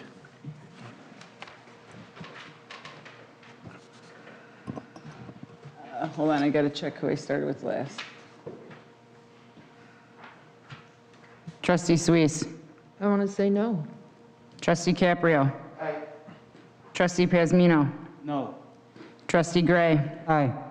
Trustee Backel. Aye. Trustee Rogers. Aye. Motion carries.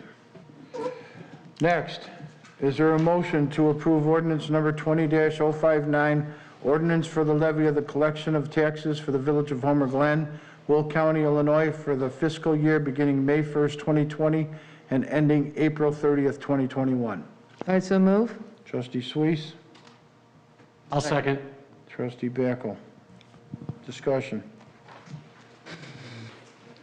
I like the way that Carrie explained it, because I think that's what I was hearing a lot, is why aren't we using this, if we need 1.5 million, why aren't we not building a slip and slide, or why aren't we not doing something else? And the way that you explain it is perfect, because that is a source of revenue that needs to be continue to come in. When you say, let's say you talk about this gap, and if there's a gap, how much can you raise this before having to come back here and have the same conversation? A whole year, you got to wait. Okay. And then let's say in a whole year you say, oh my gosh, we didn't realize that we need 3 million. You're going to have to do this again, right? Do the year after. Well, we hope not, because we're going to get the 1.5 from the share that we're not giving back to Mike, and we know that Mike's budget is a little over $4 million a year. So, but we're going to have to really tighten it up, the budget, but I think we will have time to do that over the course of the next year. I do truly believe, and I wouldn't say if I didn't believe it, there will be efficiencies gained, and there are things that we can do together collectively by joining the two organizations together that can result in cost savings. And I know, I think one of the concerns is people are like, oh, once you put this out there and you're saying, okay, it's only going to be $57 for my house, or, you know, $114 for my house, whatever your house's average. I think I saw in the comprehensive plan, most of the houses here are 300. So we have that number, call it 150 per house, or whatever the case may be. I think the concern is some people will go, oh, that number's going to keep going up. It's going to keep going up. It's going to keep going up. What I'm trying to tell people is that at least at this board level, we have proven that to be completely the opposite. We are very fiscally responsible. We've come in under budget on pretty much everything. We have zero debt. We're not somebody that is not a pattern that we've shown in the 8 or however many years it's been now that we've done that here. That's not something you're going to see. I think that the 1.5 is you're being conservative because you don't want that number to come in at, you don't want to ask for 1 and it come in at 1.5. I think 1.5 is your high number. That's what that's the extreme. That's what you say, honey, can I have some shoes? Okay, here's $100, but you better not spend $100. Come back with some change. And I think that that's kind of what they're looking at. And I do want to echo that from a staff perspective, because I think that this board, this village has been extremely frugal for the past 20 years. And the fact that you paid off your debt early and you were able to save hundreds and thousands of dollars just this past year, you have an outstanding credit rating. I mean, you have, you scrutinize every single expenditure that comes through. Every single expenditure is on our website. I can't think of a board that I've ever worked for in my career where you has been more transparent and more conservative in how you expend the taxpayers' money. I just want to touch on this. Taxing for the sake of a tax is wrong in any situation, and I'm a conservative, and I'm going to say this loud and proud. But if the value that you're getting is greater than the tax that you're paying, you are well ahead of the game. And I'm going to tell you that there is no village or any board that's been more fiscally responsible than we have. And I would suggest that a no vote for this is doing every resident a disservice. And here's why. First off, we've held a number of meetings, 2 meetings, and we've been as transparent as possible about what the village is doing, what it would cost, and most importantly, why it's important what we're doing. And the second point is that the residents voted and sent a loud message to all the elected officials of the village in a 60-40 vote that says that they want the village to control the highway department. And the third point, we as residents have a number of choices, all of which are expensive. And we could start from scratch. And, you know, I know that the 4.3 or the $4.8 million price tag, I guarantee you it's going to be a lot more than that. And I'm sure that Mike would agree with that to start from scratch, buying the property, building the buildings, buying the equipment, buying the silos, getting everything is going to be far more than $5 million. And who's going to pay that tax? We're starting from scratch. That's going to be very expensive. We farm it out. We already talked about that. You know, a third party, you know, if it comes from another municipality, we're going to be second dog in line to eat, and we're going to starve. We're not going to get the service that we get from our people. Yep. In the highway department, here's another thing that's very important. You guys already own this. You've paid for it for 20 years. You own it. It's silly to throw this away and start from scratch. I think a no vote is a great injustice to the residents. Well, we already had a yes vote. So this is on the No. tax. No, this is on it. We haven't voted on this yet. On this one? All right.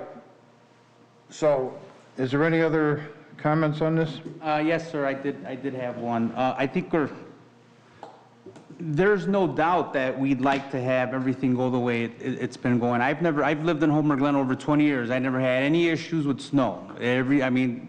Mike, you've done a great job, there's no doubt.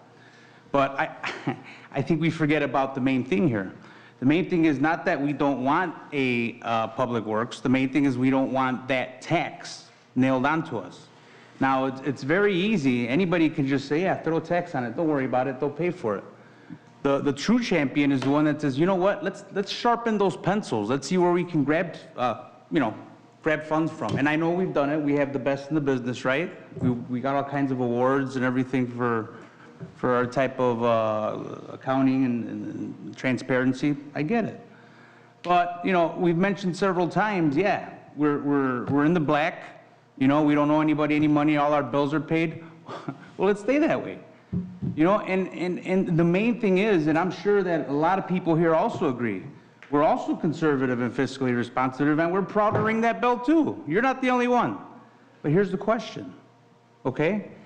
Do we want, every time something like this happens, do we want those hands in our pockets?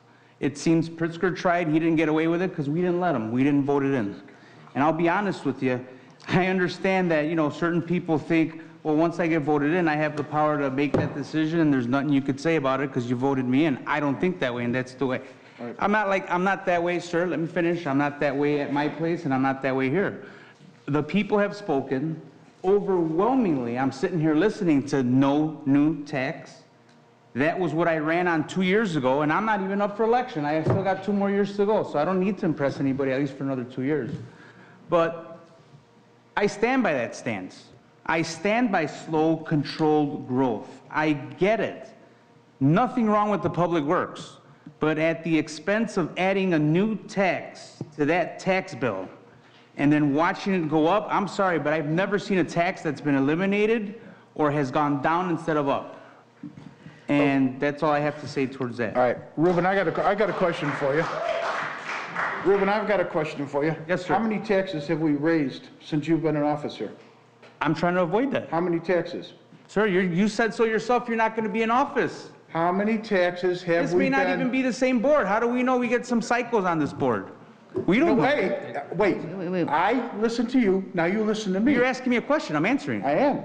You're what? How many Asking me the question or taxes answering it? have you seen put before the village since we became in office? Can I tell you what I have seen? A new tax that we never had on its way. That's what I've seen. Okay. And you also see that if we decided Sir, that I'm not we- saying you haven't. I applaud you for it. Okay. We didn't put it on you, we put it on the business. And it all goes back into the village. You know, everyone, okay, go ahead and laugh about it. We don't do anything to tax the people. When we did the gas tax on it, it was funny because when we got done with it and it was voted, we had one of the gentlemen that had a website before, he says, you didn't charge enough. It's not coming from our residents, it's coming from the people that are coming in here because they can get the gas and the cigarettes cheaper. So, you know, we're not trying to hurt anyone. If anything, no, I'm not taking questions. No, I'm not taking questions. This isn't a question and answer, Bruce. May I? Hey, folks, we had the open comments early on. If you have further questions, you can contact the village and they will respond. This is not an open forum right now. That's done, okay? He gave you your time. Is that okay, Mr. Mayor? Absolutely. I can't stand for, we can't have it, folks, with all due respect, okay? Enough. All right, so to the motion. We're done with talking. Madam Clerk, please call the roll. Oh, I lost track again. Trustee Caprio. Aye. Trustee Pazmino. No. Trustee Gray. Aye. Trustee Bacco. Aye. Trustee Rogers. Aye. Trustee Suisse. No. Aye. No. Trustee Suisse is no. No, she's no, and call me, because it's aye. Mayor Yukich. Aye. All right. Is there any old business? Yes, Mayor, I have a little bit of old business from the last board meeting, and I believe Trustee Gray, you need to do a public... Trustee Suisse, would you want to hold it as you won't be able to hear on the recording if people are talking in the background. I do apologize. My levy's over $5 million. We still have an executive session at 10 know. o'clock. You want it on the recording, it's got to be in the microphone and quiet. Thank you, Sharon. Okay. No, I just say, I believe Trustee Gray owes a public apology for his cheeky remark during the last board meeting concerning Mr. Luganbill's comments on lighting. Mr. Luganbill is a world-renowned expert, and I felt you were very disrespectful. May I ask specifically what I said? I do remember some of my comments to Mr. Luganbill, and I asked him if he had been called with his Dark, no, comments excuse me. very cheeky. If you address me, let me address you. I believe I had asked him if he was with the International Dark Sky Association, the one that we use as our go-to guiding principles for our dark sky initiative and our lighting ordinance. And so what exactly was cheeky? I don't remember. I do remember being a little bit. To then what he was saying back to you as a cheeky type of comment. You could, it's at 1 hour and 39 minutes. Okay. If you want to take a look at it. You know what, I don't want to I thought using that term. I do not want to belabor the point tonight, Trustee Suisse. I will view the video. I will write down the comments you're talking about, and I will address them at our January meeting. And if I believe I was cheeky, like you're saying, I will apologize. But if not, we're going to have this conversation I then. heard people felt that you were. Okay, I will view it because you don't have it to give to me. So let me have a chance to view it, and I will get back to you in January. That's good. I just wanted, it bothered some people. Okay. Is there any other old business? Is there any new business? Next item is executive session. Is there a motion to go into executive session for purpose of discussing purchase or sale of real property, potential of pending litigation? So moved. Second. All in favor? Aye. All right. Can we take 5 minutes? Yes, we can.